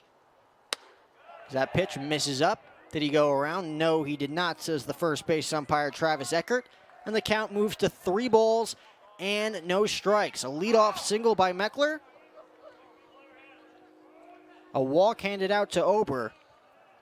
First pitch pop up by Ducart on the left side. Hauling it in was Jacob Wilson. Now a 3-0 count to Claunch with 2 runners on. And he's going to reach with a 4-pitch walk. So 2 walks handed out by McCarville here in the 9th. Nightmare situation if you're Coach Stankiewicz here in the 9th with your team already down by 4. Dawson McCarville having a tough time throwing strikes as we're going to get another mound visit here. This one coming from pitching coach John Wente. John Wente joining Coach Stankiewicz's staff this season, Scottsdale native. Spent the last 6 seasons with the coaching staff at UT Arlington. Most recently holding the position of associate head coach, recruiting coordinator, and pitching coach. And again, just looking to calm down his right-hander at this point. Was so effective last weekend out of the bullpen for the Lopes. Again, he was their number 3 starter a season ago. Off to a hot start before everything got halted by the pandemic in early March. Coming out of the bullpen as a right-handed weapon for Coach Stankiewicz early on this season. It's just lost total command here in the 9th inning. As for the 2nd inning in a row, the Beavers have themselves the bases loaded. Meckler on 3rd, Ober on 2nd, Claunch at 1st. That again brings up the very dangerous Joe Casey, who has the drive of the game to this point with that home run in the 2nd. Takes a strike, count 0-1. Well, that really set the tone of the game too, as Zach Barnes was wheeling and dealing, pitching well. Kind of meeting up with Abel, standing head toe-to-toe, but Casey just took him for a ride. Broke this thing open for OSU. Fouled straight back, and the count quickly, no balls and 2 strikes. So whatever Wente said to number 11, it worked as he's quickly ahead now. No balls and 2 strikes on Casey. Again, 2 for 4. Those 2 non-hits, both strikeouts. Again, Zach Barnes picking up 6 more punch-outs to add to his total. Now 16 punch-outs through 12 innings of work as that fastball misses up. Count moves to 1-2. Lopes have a lot of work to do regardless of how this inning turns out here for Dawson McCarville. With their 8, 9, and 1 hitters due up, Buckley, Stankiewicz, and COLATO looking to rally against Oregon State's bullpen in the bottom of the 9th. 1-2 pitch, fouled straight back and out of play, and we'll do it again at 1-2.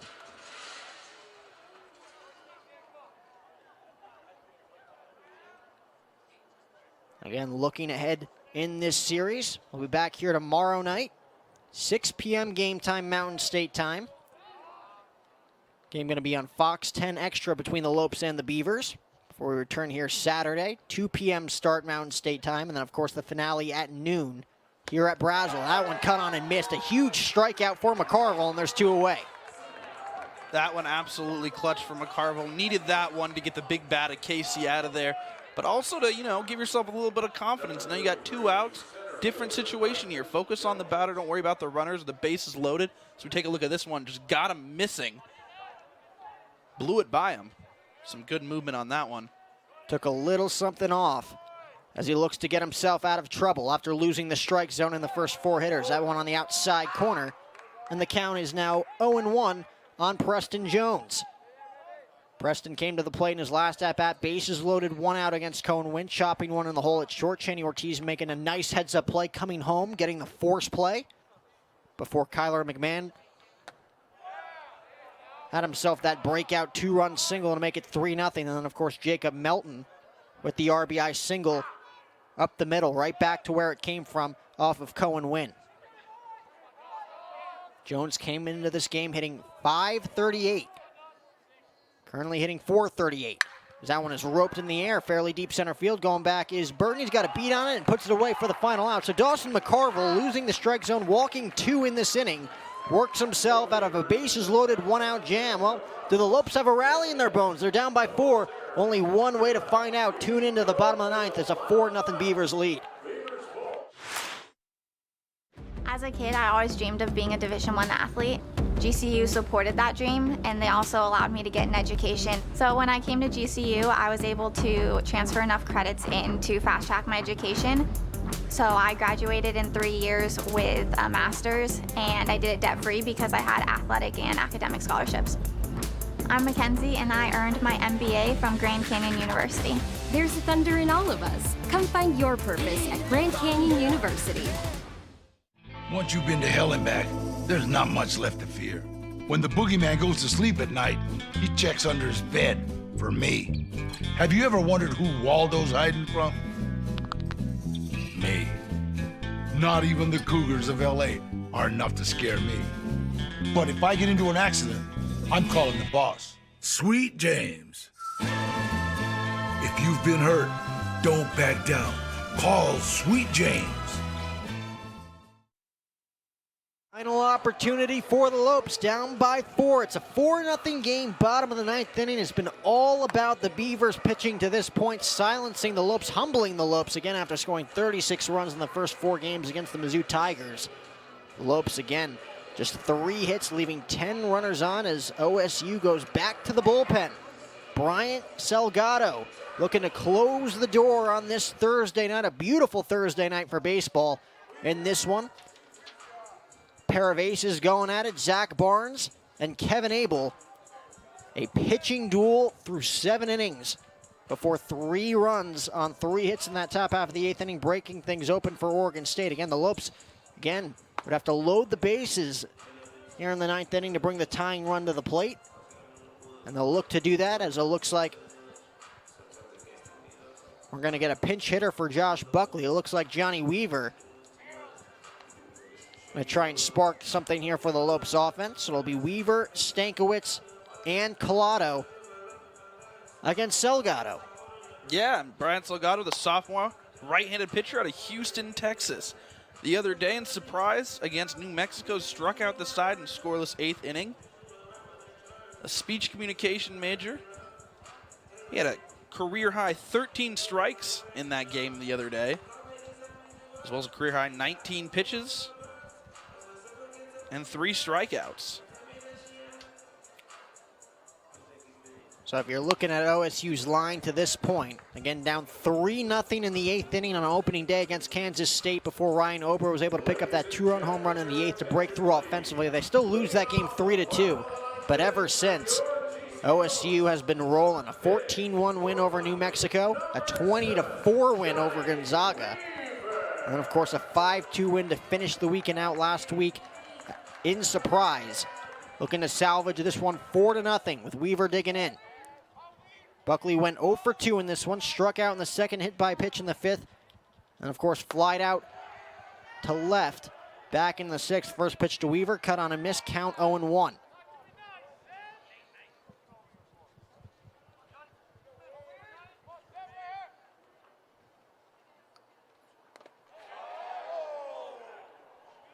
Didn't appear to go around there as the count moves to 1-1. That one getting past Claunch and nicking Matt McMahon, but he seems to be okay there behind the dish. Of course, confirming things with Travis Eckert. He did not go around, so the count confirmed. 1 ball and 1 strike here in the 9th. Again, the Lopes just looking to chip away, taking it 1 at-bat at a time here in the bottom of the 9th. Weaver scored 1 run over the weekend against Missouri. He's yet to have an official plate appearance this season. Yeah, which is a little surprising. Johnny Weaver started 11 of the team's 18 games in the short end season last year. Picked up a pair of hits, drew a walk, and stole a base in GCU's 12-inning win over Oregon, February 18th. 1-2 pitch, cut on and missed. Nasty off-speed pitch there from Salgado. Gets away from Claunch, throws on to first. Stepping on the bag is Gretler taking over at first base. And there's 1 away. That ball had a ton of movement on it off the hands of Bryant Salgado. Yeah, Salgado with the nasty pitch. Able to get him missing. Johnny Weaver unable to capitalize on that. Couldn't sit back or find the contact. So with 2 outs to go, Claunch again talking things over with Salgado after that punch out. Again, a ton of movement on that pitch. I wonder if Claunch was a bit crossed up after that ball got away from him for the punch out. So with 1 away, Dane Stankiewicz again looking to get in the hit column. 0 for 1 in 3 at-bats, was hit by a pitch in the 5th and walked in the 7th after striking out looking in the 3rd against Abel. And OSU again 2 outs away from giving Kevin Abel his first win of 2021. And he went 4 2/3, only allowing 1 earned run in that loss against Kansas State on opening day. He did pick up the loss with his offense, not able to come away with a run until that 8th inning. First pitch to Stankiewicz, bounced in the dirt, count quickly 1-0.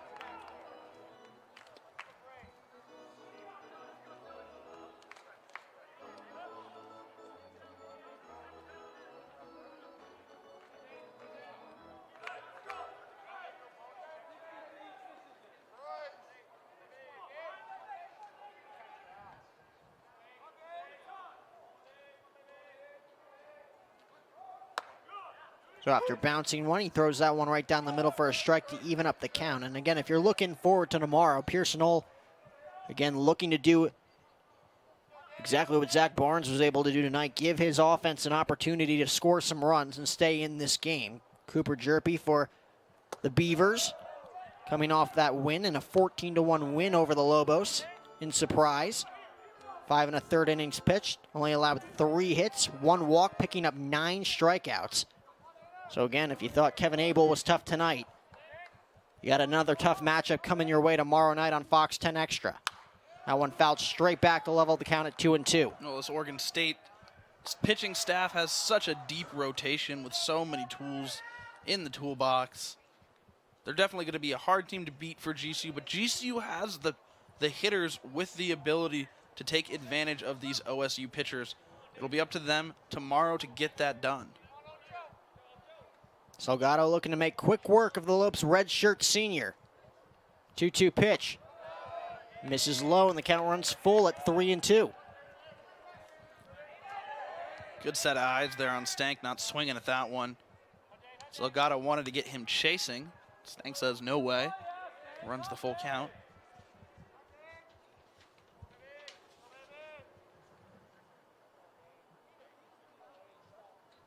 Payoff pitch. Called strike 3, 2 away. So 2 up, 2 punch outs for Bryant Salgado. Dane Stankiewicz didn't think so. Thought he worked a walk. His second walk of the night. Would have been on base for the third time, but he'll head back to the dugout. So he finishes 0 for 2 while reaching on base twice. And the Lopes are down to their final out. And again, you're looking at the standout player of this one. It's obviously Kevin Abel with his 5 innings of work, 11 punch-outs. Like we mentioned, was on the mound, tossed a 2-hit shutout in the College World Series finale in Game 3 in that win over Arkansas back in 2018. First pitch misses low to COLATO, 1-0. Juan getting his average above 200 tonight, 211, with his base hit back in the 5th inning. Yeah, Kevin Abel pitching absolutely lights out tonight. Really a stellar performance overall, putting on a clinic. The pitch misses in, 2-0 on COLATO. Again, just trying to keep this game alive at this point. Brock Burton, if he can get him to the plate, would be the tying run in this game for the Lopes. Still a long way from accomplishing that feat. 2-0 pitch. On the inside corner for a called strike. Count moves to 2-1 on COLATO.